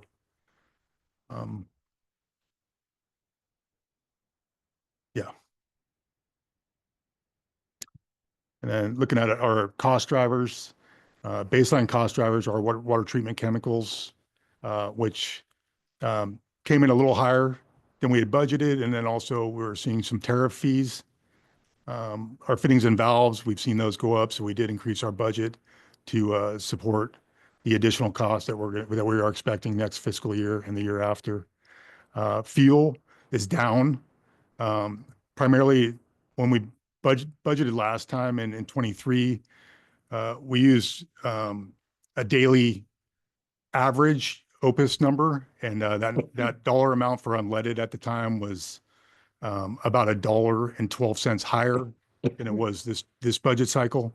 So fuel, our budget for fuel is down, and then our budget for construction equipment is down. And that picture on the right's another water main break at 308 Strawberry Drive in Mill Valley back in February. That was a class 1, which is an emergency leak. We need to respond immediately and make repairs. Yeah. And then, yeah, just another way to look at our budget through a pie chart broken down by department. You can see, again, system maintenance being our largest department, both with staff and budget at 35%. And a large part of that budget is due to repairing water main leaks, and that's also where our asphalt and concrete restoration contract is budgeted. Okay, I'm not going to go through each department, but. And then, as I mentioned, one of our largest cost drivers for their operating budget is repairing water leaks. And anytime we excavate, it's really expensive. So just wanted to highlight here the AWWA industry standard for leaks per 100 miles of pipe would be 27. Our approximate 900 miles of pipe would equate to 243 main breaks per year. Our actual totals for water main breaks, looking back over the last over the last 5 years, we are trending down. Last year we were up just a little bit, but overall we're trending down. With last year we were at 137 total. And then system-wide pipeline maintenance, we average over the last 5 years about 400 street openings per year. These aren't all leak repairs, but a lot of them are. And that last slide just shows water main leaks, doesn't include service leaks. But just to want to point out that our average is at 400 per year. And then again, the system maintenance percent of total operating budget is about 35%. And then just touching on that last slide, I did want to point out that slide does show, we are trending downward, but it does show that we are stable as far as our water main leaks over the last 5 years. As our infrastructure ages, our water main leaks per 100 miles of pipe is relatively stable. We continue to work with with engineering to prioritize capital improvement projects where we are experiencing a lot of breaks and where there's a lot of value as far as system reliability and cost to prioritize projects. And that's the end of my presentation. I can take any questions. Darren, thank you for that. Yeah. Board comments or questions? Yeah, I have a couple. Yeah. Have we hired an EV expert yet? I know like my Jaguar is in the shop right now, and they have only like 2 guys that work on EVs. Great question. We have not yet. We are keeping our mechanics current. Yeah. With the technology, as we incorporate more electric vehicles into our fleet, the need more than likely will be additional training, or we're going to have to bring in an expert. Just to comment on that end, I have a client in San Diego who has 4 electric trucks. They're Honey Bucket operation. And they are finding real difficulties in getting them recharged in the field. Not that the chargers aren't there, but the chargers aren't functional. Interesting. Which I find kind of interesting. Yes. Yeah. Something to keep in the back of your mind. Yeah. They're much more ranging than we are. Mm-hmm. But and the last thing I'd like to say is the value of those chemicals, besides the obvious health and safety side of it, through evaluations that Paul Cillian and I have worked on over the time, it appears to me, from my judgment, that the corrosion rate here is about 1/4 of an excellent corrosion rate, which is, let's say, be 1 mil per year. We're about 1/4 of that, which, put it a different way, means that copper pipes last 4 times longer here than they last in an excellently run water district, which directly affects the homeowners. I have a statement I use in depositions about our water district, and that is that I have never heard of a house being replumbed here in San Francisco due to corrosion. Excuse me, in Marin, due to corrosion. San Francisco, they're all the time. They're, you run into it constantly. Now, this older infrastructure, so it's perhaps related there too. But it really speaks well to our corrosion control program and its effectiveness. Because, I mean, that's right in the homeowner's pocketbook. Thank you. Well done. Thank you. Yeah, thanks. Thank you, Darren. Darren, I don't really have a question per se, but it does strike me that, you're showing a flat budget from 25 to 26. Now, Brett had an 8% increase, so you're definitely beating him there. Is that just indicative of sort of, the previous budgets were just well calibrated to our needs, or you see, you did mention cost drivers. I didn't see anything that would really hold it flat or even drive it down. Normally we see things go up, at least at the rates of inflation. What do you think is sort of keeping your budget pretty flat? I think a couple of things. I think the two main cost drivers there bringing the budget down, fuel and construction equipment rental. Our construction equipment rental went from $200,000, $200,000 annual budget to 20. And that was primarily due to the fact that we would rent or we would budget for rental generators for PSPS events.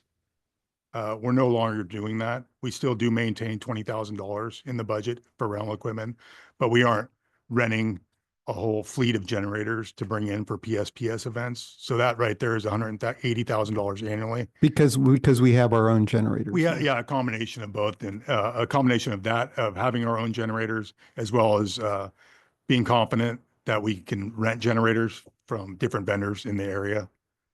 And then, Or so borrow them from other water districts. yes, good point. And then there's fuel costs, which Yeah, nice to see that going in a good direction for yeah, once. that was another big contributing factor into the reduction or maintaining a flat budget overall. It's interesting. Thank you. Not so good on our greenhouse gas emissions. There is, Darren alluded to, as did Brett, an uncertainty to some extent that we have going into this coming year or two that, so many businesses, agencies face in regards to potential impact of tariffs, right? So what we aren't trying to crystal ball what it will ultimately look like and what the impact will be. But I think we all understand there's an element of uncertainty. We do have healthy reserves if we need to, but we aren't trying to budget those into it, given we really don't know how that's going to play out. I hadn't really thought about that. Does SAP get zapped because of that? It's hard to find anything we spend money on that would not potentially be impacted, from chemicals to all the equipment to systems, absolutely, to vehicles. So it could be very significant, but, crystal balling. What do you think about the software?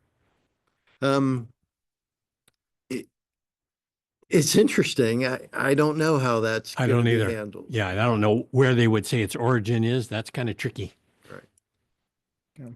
We don't make movies here, though, I'll say. Okay. Good. Okay, Dana. Okay, great. Thank you very much, Darren. Appreciate it.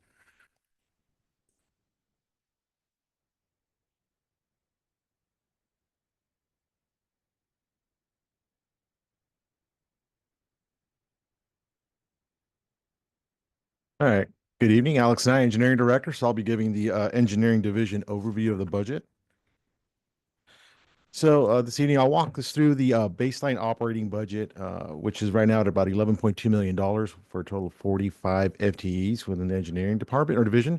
That includes 5 primary functional areas, which include the planning group, construction, design, engineering services and development services, and records. And amongst those 5 groups, there's regular collaboration with the operations and watershed and water resources groups to develop the capital program and plan for that, as well as other routine business that we do on a regular basis. Then we'll touch on the work plan as well as touching on some of the key capital projects that are engineering.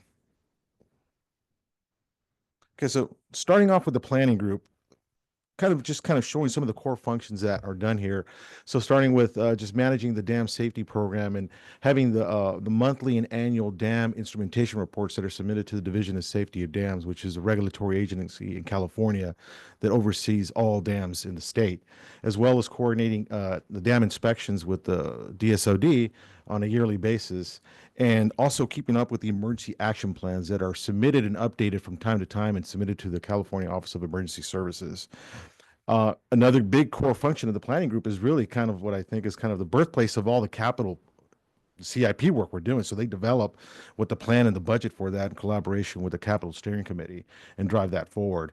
And they also handle all the environmental planning for the entire organization as well as looking at the master planning, such as a water system master plan and keeping up with the local hazard mitigation plan, and really looking forward to, the next opportunity to maybe look at the water treatment plant master plan and doing updates to those as well, and doing the hydraulic modeling. And they also act as a key liaison with all the jurisdictions and coordinating our CIP with the road and storm drainage infrastructure projects.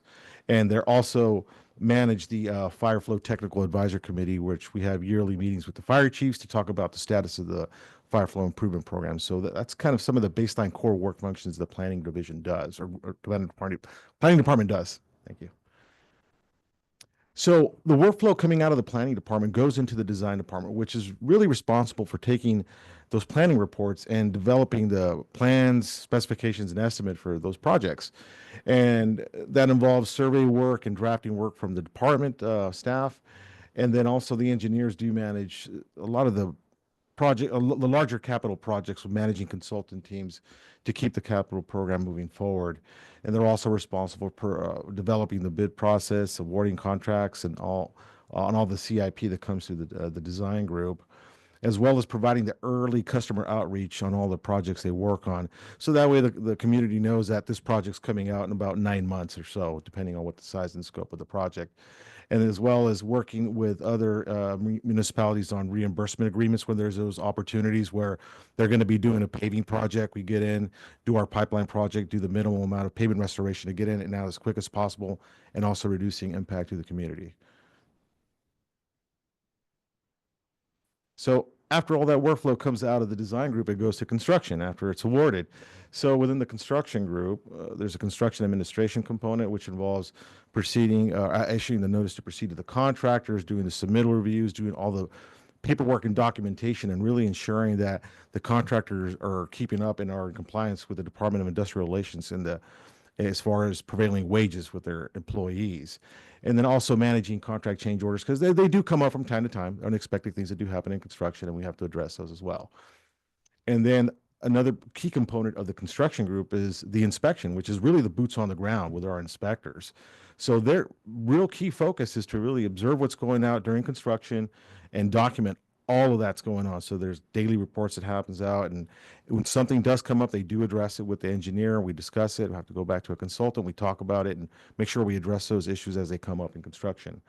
And then also another key thing is that they're really the enforcement to ensuring that the contractor does do the projects according to the plans and specs, and also making sure that any environmental mitigation, BMPs, erosion control blankets, wattles, or silt fence are also maintained and operable throughout the course of the construction.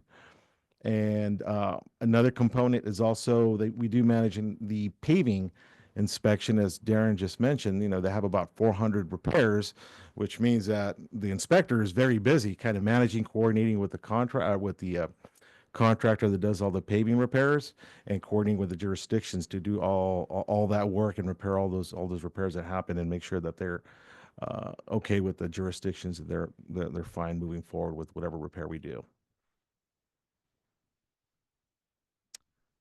And the Development Services Department is kind of the public-facing department in engineering, since they work directly with the public on a day-to-day basis, managing new service applications and somebody's building a new home or new development, or dealing with upgrades or remodels or relocations of services, as well as any reductions that happen to CMF. and also administering and keeping up with all the real property. We have about 45 active leases and all the real property easements right away, and then issuing rights of entries for any cellular company that wants to evaluate feasibility at any one of our tanker pump station sites. And another key component is managing the pipeline inspections for subdivision work. So whenever there's a new subdivision that has to tie into our main, we have to do an evaluation, see how much main has to go into it, and make sure there's sufficient capacity in the pipeline to accommodate any new development that occurs, as well as working closely with the finance group on the capacity charges and updates. So the last of the departments in engineering is the records management group. So after all those construction contracts and all the plans are updated, all the record drawings are submitted to the records group, where they take them, they update them on the AutoCAD, and then upload them into GIS, which is the system that everybody uses to identify our infrastructure out in the field. So that way everybody uses, from the engineers to the water system operators, everyone uses it to make sure that we know where our infrastructure is out in the road. And another key component of this group is the mark and locate, which is really important because they're responsible within 48 hours of getting a service notification to go out there and paint on the road where our underground infrastructure is. So that way, when a contractor or a homeowner does any excavation, they don't damage it, or at least eliminates or reduces the risk of damaging the infrastructure. And also within the group, we have the GIS database administration and software licensing, and also providing the GIS technical support to the district-wide staff as needed. So the baseline operating budget for the engineering division is around $11.2 million for 45 full-time equivalents. So you can see here in that pie chart how it breaks out. I clumped together the design and construction groups, since those are the two bigger departments that take up 56% of the budget, followed by engineering administration at 6%, engineering support services at 4%, records is another sizable group at 21%, and planning at 13%. So as you can see here on this table below, we have the breakout of the 25, 26, and 27 budgets. And when you look at the total bottom line for the operating budget for 2026, it's about 50% increase. But I do want to point out that looking at the design and construction line item, that it's reflective of a 25% increase.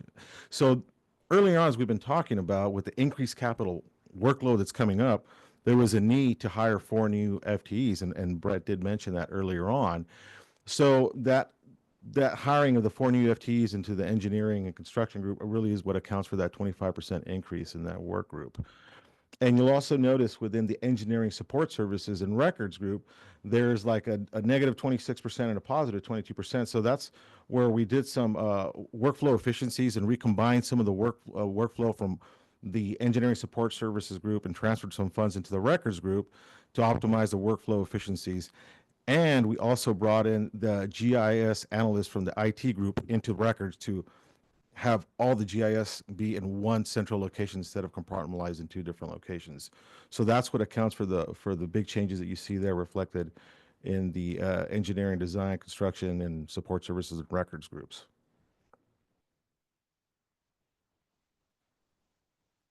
So as far as the work plan priorities goes, the big key thing here for engineering is really focusing on the capital investments and making sure that we could actually deliver on the aging infrastructure and failing infrastructure replacement. So we want to make sure we address those, get those projects out, and also incorporate the fire hardening and site security measures whenever we're doing any above ground infrastructure improvements on tanks and pump stations. And back in last month, during the planning committee meeting on the 22nd, our planning manager did kind of touch on how engineering goes about doing the prioritization and taking the, utilizing a risk-based approach to target critical assets for rehabilitation and replacement. And also including that to how we look at projects that provide a multiple benefits for prioritization as well. So for instance, if there's an opportunity to address fire hardening and seismic or site security, those kind of boil up to the list for the prioritization process. And then also keeping in mind that whenever we're looking at any pump or treatment plant projects, looking at opportunities to evaluate energy efficiency that we can incorporate with those projects as well.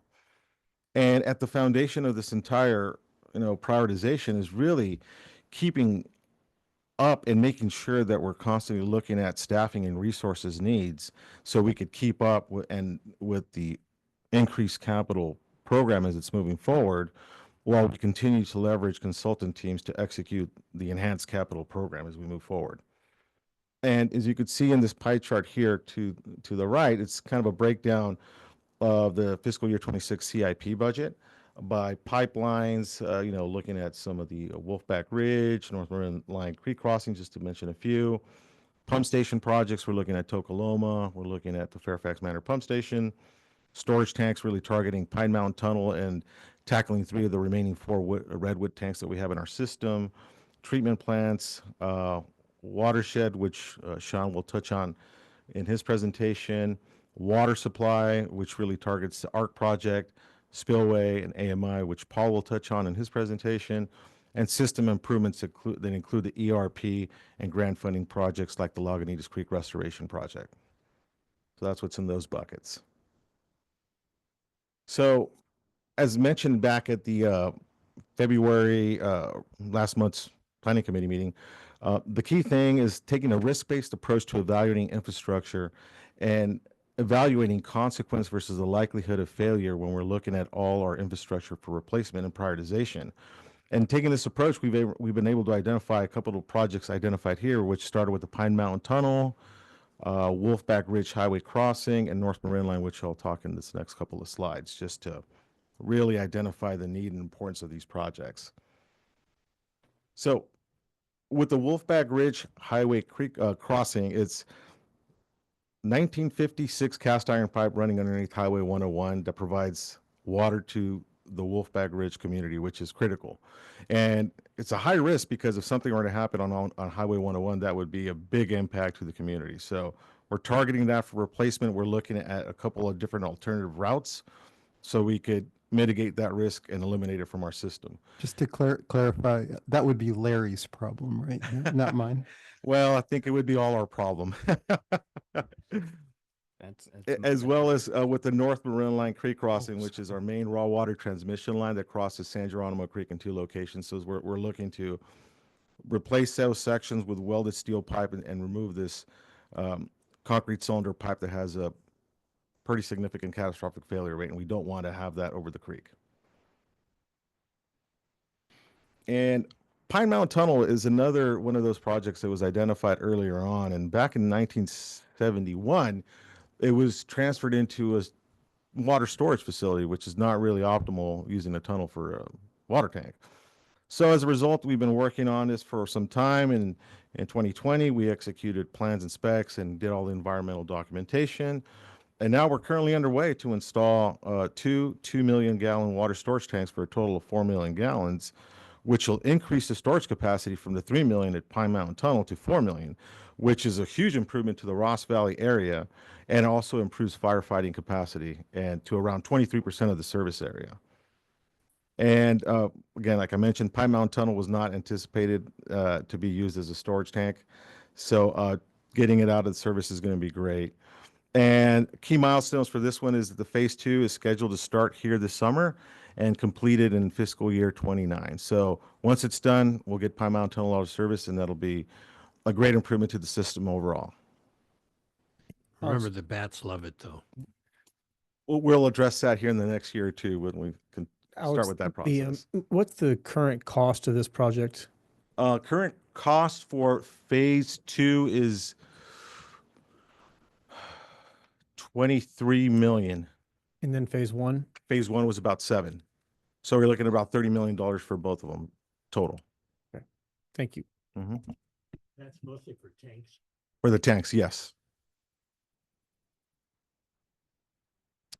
So kind of wrapping up with the pump stations, here's a Tokoloma pump station, which is kind of a really showcases a project that really tackles on multiple issues. The new rehabilitated pump station will maximize the production to San Geronimo treatment plant. So it's at 28 MGD, so we'll maximize the output of that pump station. It will be designed with fire hardening measures in mind, and will also improve the system reliability, because this is a 1961 pump station, and when things break down, literally it takes staff going on the internet on eBay looking for refurbished pieces of electrical gear to keep this pump station running, and that's not a good way to operate any piece of infrastructure.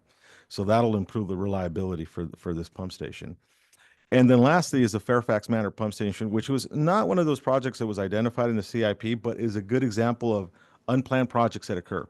So about a year ago, there was that accident that occurred in Fairfax where the paper fell on, completely demolished the pump station, requiring us to go in and rehabilitate it. So now that we're going to be reconstructing it, actually not rehabilitating, we're reconstructing it, we're going to be designing it with fire hardening and seismic measures in mind.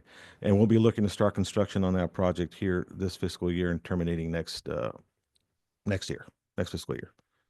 So that wraps up my presentation, and I'll be happy to take any questions. Thank you very much, Alex. Yeah. Board comments or questions? I think the most interesting thing you can observe in those pictures is the transition from the past to the present. I think the North Marin line is probably the best example of it was functional, and even perhaps clever, but not standard engineering. That's not how you cross a creek. And similarly, this pump station up here, the one with the looks like the Quonset huts, it reflects an older vision. I have been working with the district since the mid 70s. At that point in time as a consultant. And they had a tendency to, like the Redwood tanks, those were out of vogue when they were put in here. They were still putting them in when other people were taking them out. Why? They're cheaper. That was the sole driver, was the district was driven by the lowest cost. And it's good to see that. I mean, we still like to keep the cost down, but it no longer is the driving force that it was in the 70s and earlier, with people who will remain unnamed. I'm also pleased to see that two predecessors from you had an approach that was, they controlled the capital program by staff limitation, basically. There wasn't enough people to service the projects that we had. And I pushed hard to say, well, why don't we hire a consultant to do that then? I couldn't sell that either. So they basically limited the work.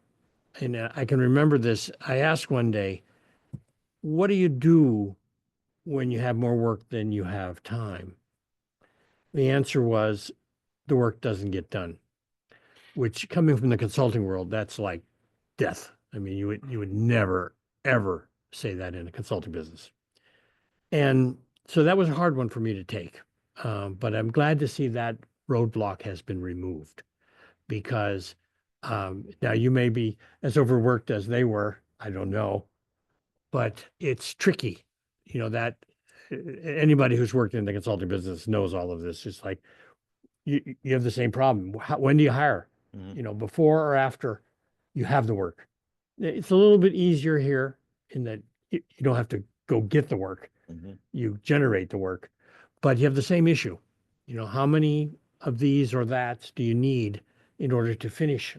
It's a tricky problem. And I give you a lot of credit for keeping the budget well managed. I was hoping those changes were salary changes, but I guess they're not, huh? The 20%. The 25% change? Well, I'm joking. Oh, okay. I was like, yeah. I mean, I would be pleased to see that, but Yeah. I realize they're not, but just trying to be cute. Yeah. Okay. Yeah, just thank you, Alex. Good update. All very clear. All right. Yeah, thank you, Alex. Just, you mentioned it before, and I apologize for not remembering, but Tokoloma, will that have generator power? We're going to be looking at actually potential hookups, but the size of that pump station is so large, it would be Pretty a big one. massive generator, similar to it's at the treatment plant right now. Okay, understood. And then site security will be baked into that cake okay, great. Absolutely. Thank you very much. You don't like those chain link fences, huh? Well, like you were saying, Larry, this is representing the old, and we're looking to move to the new. Thank you.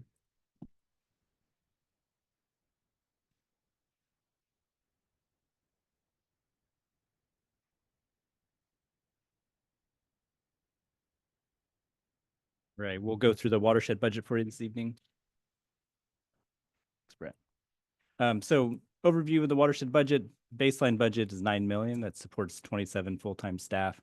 We have a maybe more creative staffing. We have seasonal staff where we have 10 positions, and then 3 AmeriCorps programs that are super helpful. The seasonal positions are critical to some of our functional areas that we do, specifically with our watershed maintenance and natural resources. So there's 7 primary areas that you can think of on the watershed. Our watershed admin supports our visitors, our watershed maintenance, conducting all of our maintenance of infrastructure on the watershed, our watershed protection or our rangers, our natural resources and vegetation, that includes our volunteer program. Then we have our fisheries group that does our life cycle monitoring and restoration work. And more recently, we've included the safety and emergency response program and then the grant and legislative program. The department baseline capital budget is 114,000. As mentioned by Darren earlier, this supports the replacement of equipment within our rangers, fisheries, and vegetation management work unit. We've also got our CIP funded initiatives, 10 million. That's an increase from previous budget years. The biggest driver here is the Nicasio Spillway Enhancement Project, which is in our watershed. We also have our biodiversity, fires, and fuels, which I'll speak to specifically as we go on, and then also our roads and trails maintenance and planning activities that are ongoing. Significant grant funding for this division, our grant funded projects for the coming year, about 5.4 million. The baseline operating budget, I mentioned the staffing component, but that makes up a significant overall, I think about 70% of the budget, which is on the next slide. But watershed maintenance is 28%, watershed protection 24%. That's about 50% of the overall watershed budget and the operations. And then we have our admin, safety, fisheries, and veg that make up the other half. Fisheries, we saw a slight increase in our budget, as well as in our veg. And our veg budget increase relates to the BIFIP. A portion of our BIFIP lives in our operating budget. Part of it lives in the capital budget. Part of it lives in grants, which I'll break down here in another slide or so. If you want to know the kind of areas of expenditures, 73% is our personnel. District operations is our contracts for our environmental surveys and compliance and our biological monitoring activities on the watershed. And then we have a small budget for materials, supplies, and then our capital purchases as well.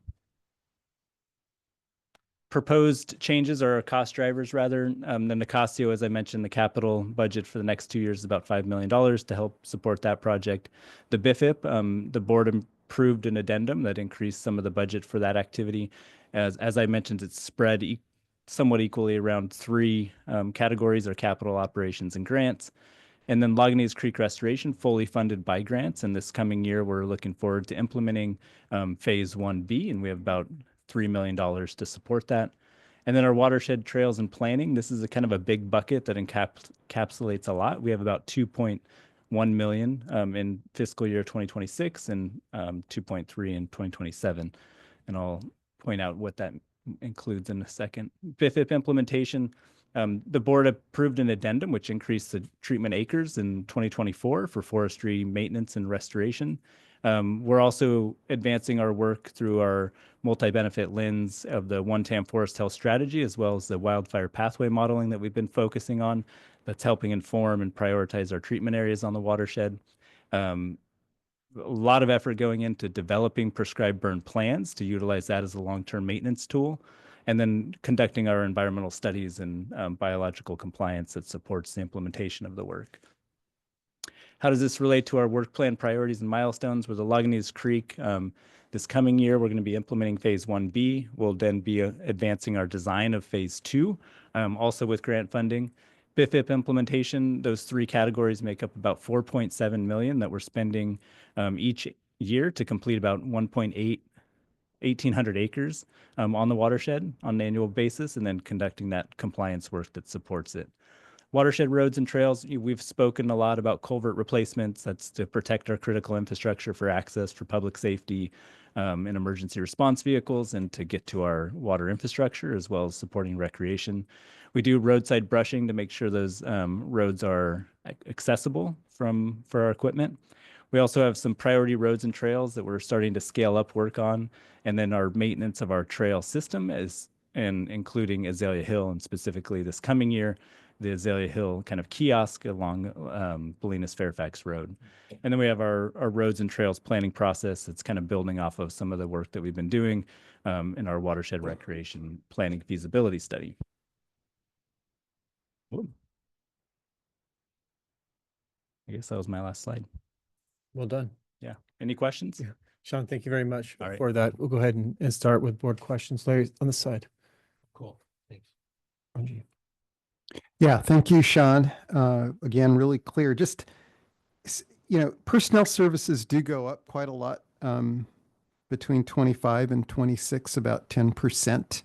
And I'm assuming that's related to increases in, a lot of the watershed activities. But if you could just clarify what's driving the personnel change. Yeah, I believe that it results in emergency response coming into the watershed division. That's not where it has sat in previous years.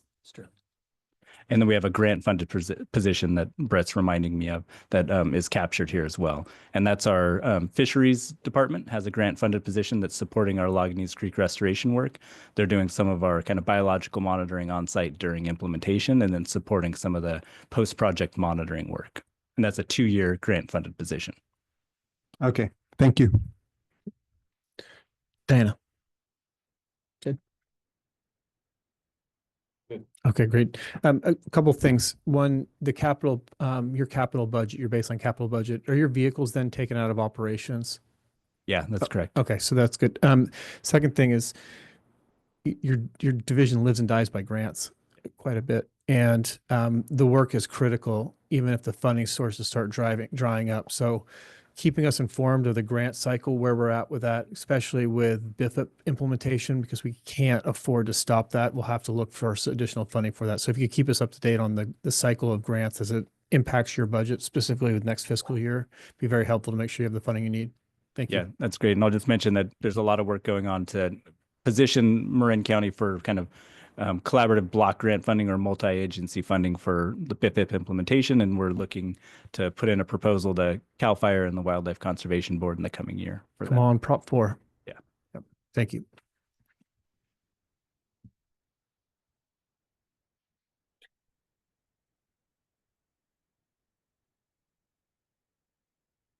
Good evening, Paul Sellier, Water Resources Director. Do we need an intermission break in the meeting? Just wanted to offer that. I'll try to bring this home quickly. Yeah. I'm aware. Are we halfway there? I'm aware. I just have another 40 slides or so, Director Smith. I'll bring this home as quickly as I can. So our Water Resources Division, there's 25 FTEs. It is our newest division. I think I can safely say that. It's a couple years old. This is really only our second budget cycle. And you'll see some of the percentage changes kind of reflect some of that as we go through this. But our 4 primary functional areas, we've got water resources admin is kind of what the general ledger is called. And that's sort of where myself and Lucy and 3 others live.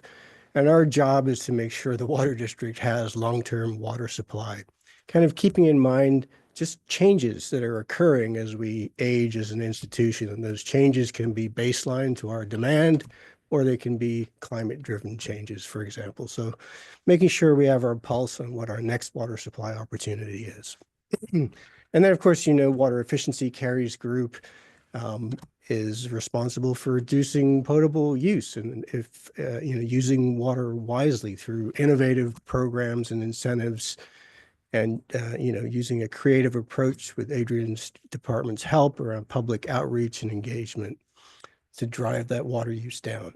In our water quality lab, and we'll talk a little bit about more that in a moment, it really should be water quality program, because it's much larger than just the lab. It reflects not only just the analysis of samples, but this is the group that also is responsible for collecting the samples, treating the reservoirs, monitoring the reservoirs, looking after the distribution system water quality out in the 130 plus tanks that we have out in the system, and making sure that water remains potable for our customers. And lastly, we have the backflow and reclamation group. These folks are responsible for making sure that water does not come back into the distribution system once it goes through a customer meter.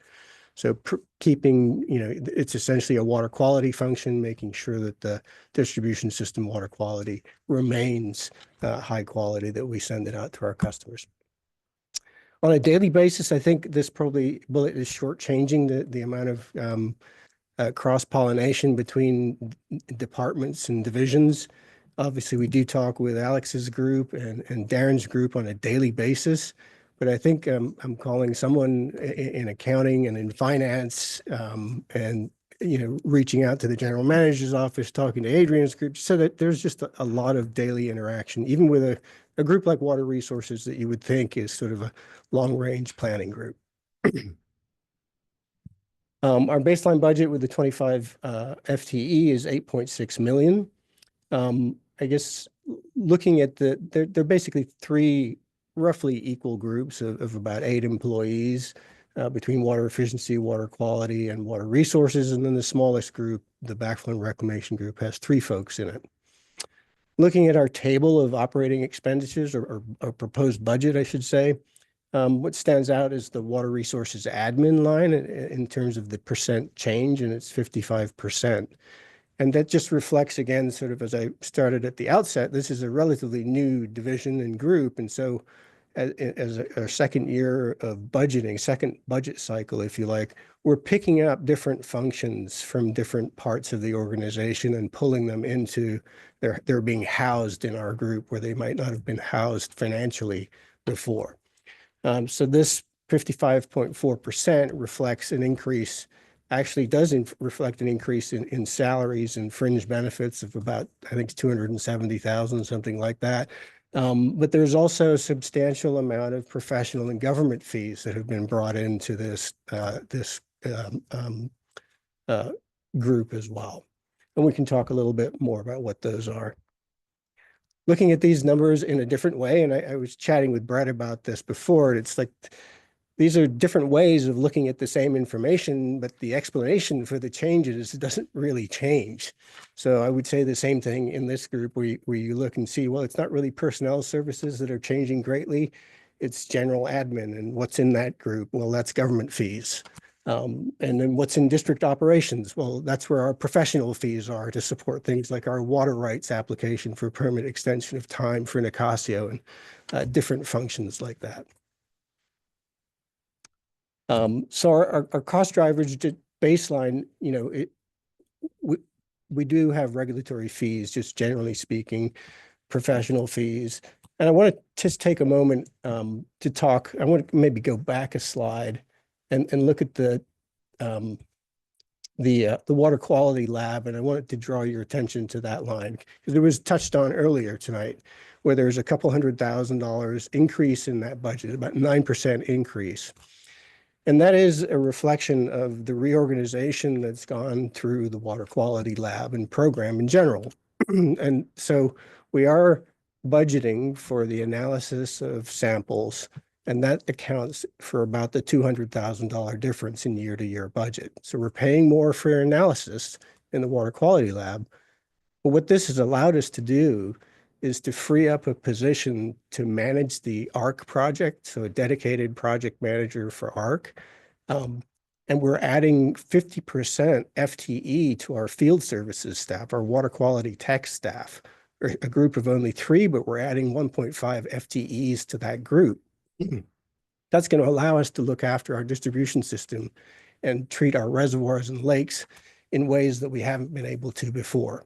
It's also going to set us up really well for the future in terms of emerging concerns around disinfection byproducts out in the system as regulations change. There's a regulation afoot to change, for example, the minimum chlorine level out in the system from 0.2 milligrams per liter to 0.5 milligrams per liter. And when that happens, that could be significant for us, but we'll be well set up to address those types of emerging concerns. You might point out that's long overdue. Yeah. In my opinion, at least. Yeah. So then looking at the drivers and the proposed changes in particular, I've just hit that last bullet, the reallocating staff from analysis work in the laboratory to now support the water quality field work.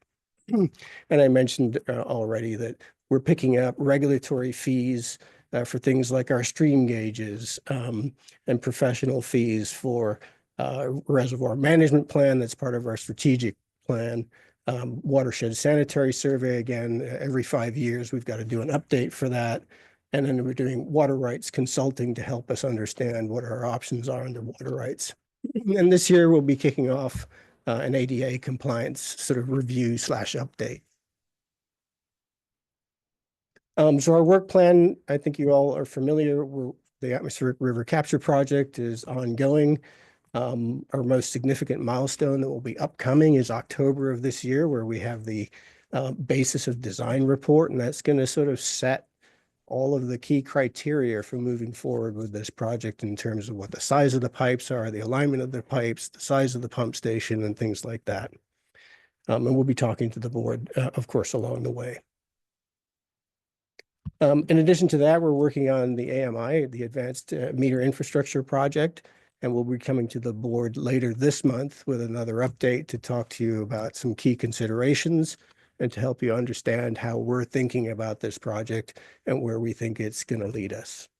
And Paul, just quickly on the AMI piece, and I apologize if I missed it earlier, but what budget is that being captured in? Is that CIP? This will be CIP. Yeah. Okay, thank you. Yeah, it's a little bit unusual. You've got so many folks talking about, I don't have a capital budget per se in water resources, but the projects will be housed in capital. Yeah, and thank you for that, because it's a very important conservation effort, and the investment is huge, and not to see it reflected in a number doesn't give you guys credit for what you're doing. So thank you for the clarification.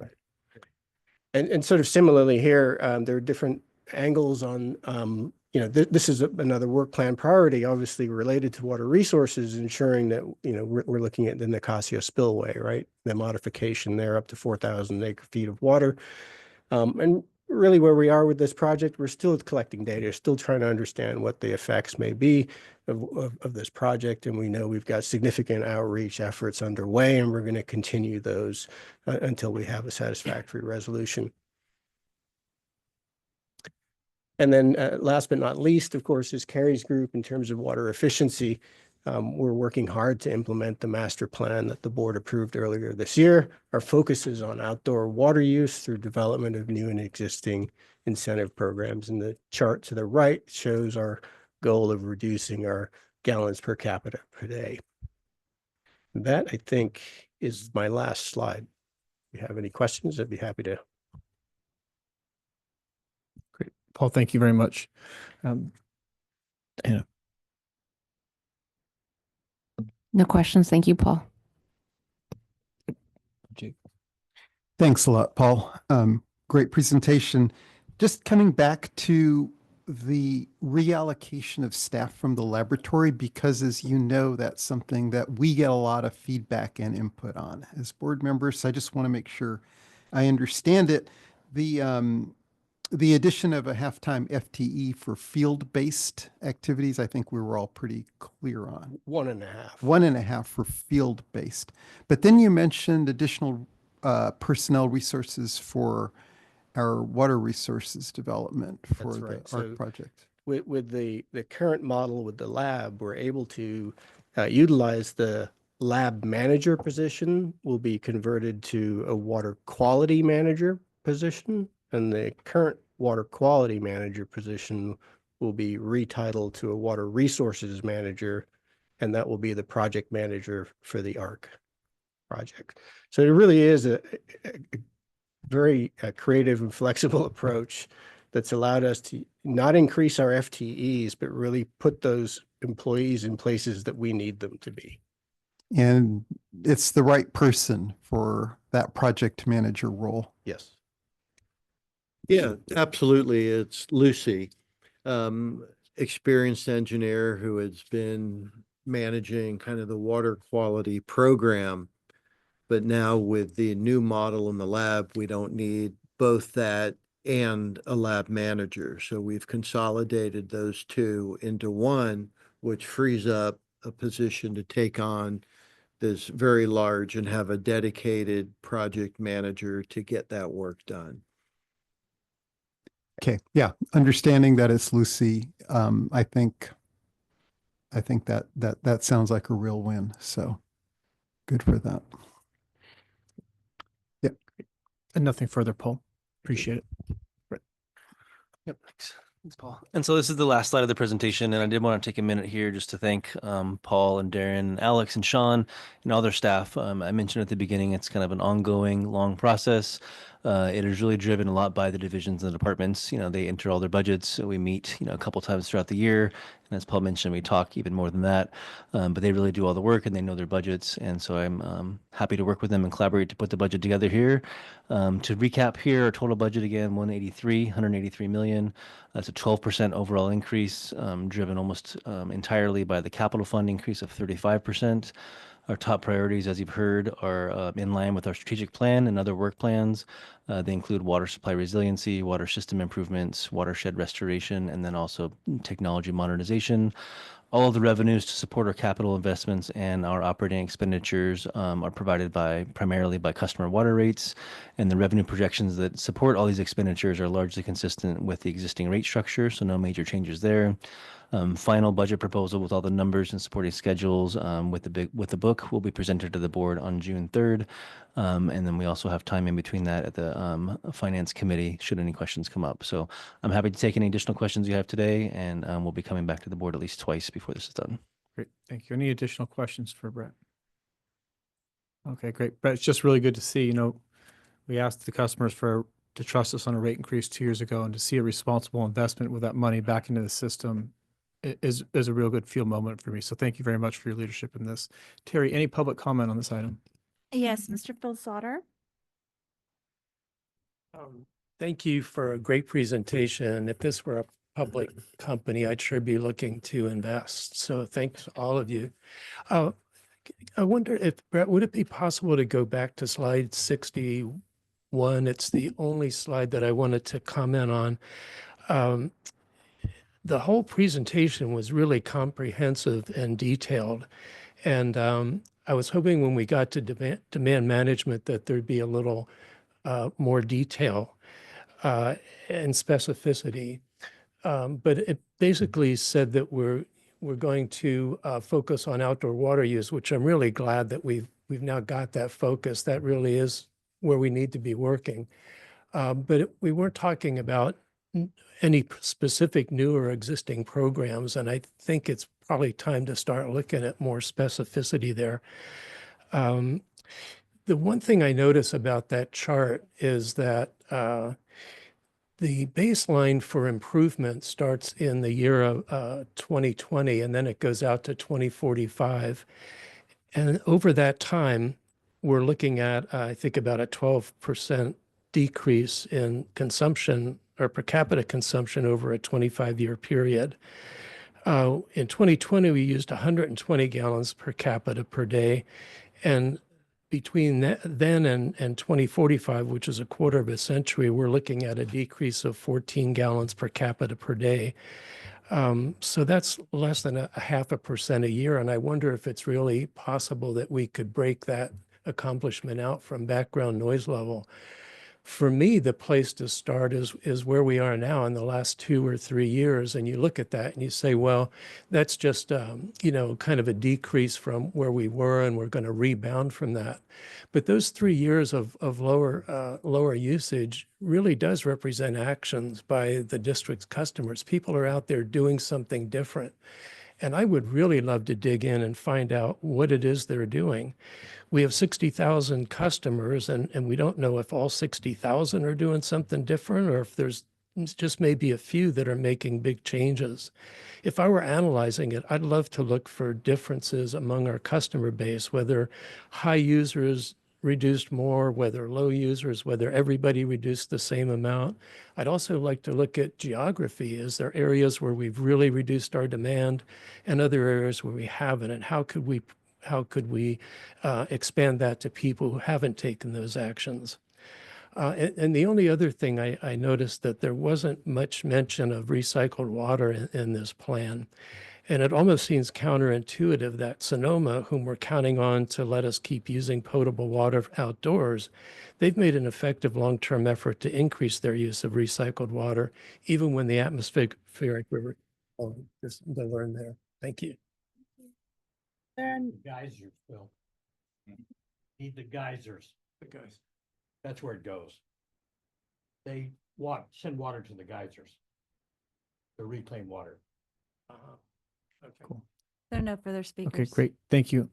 With that, item number 11, future board and committee meetings and upcoming agenda items.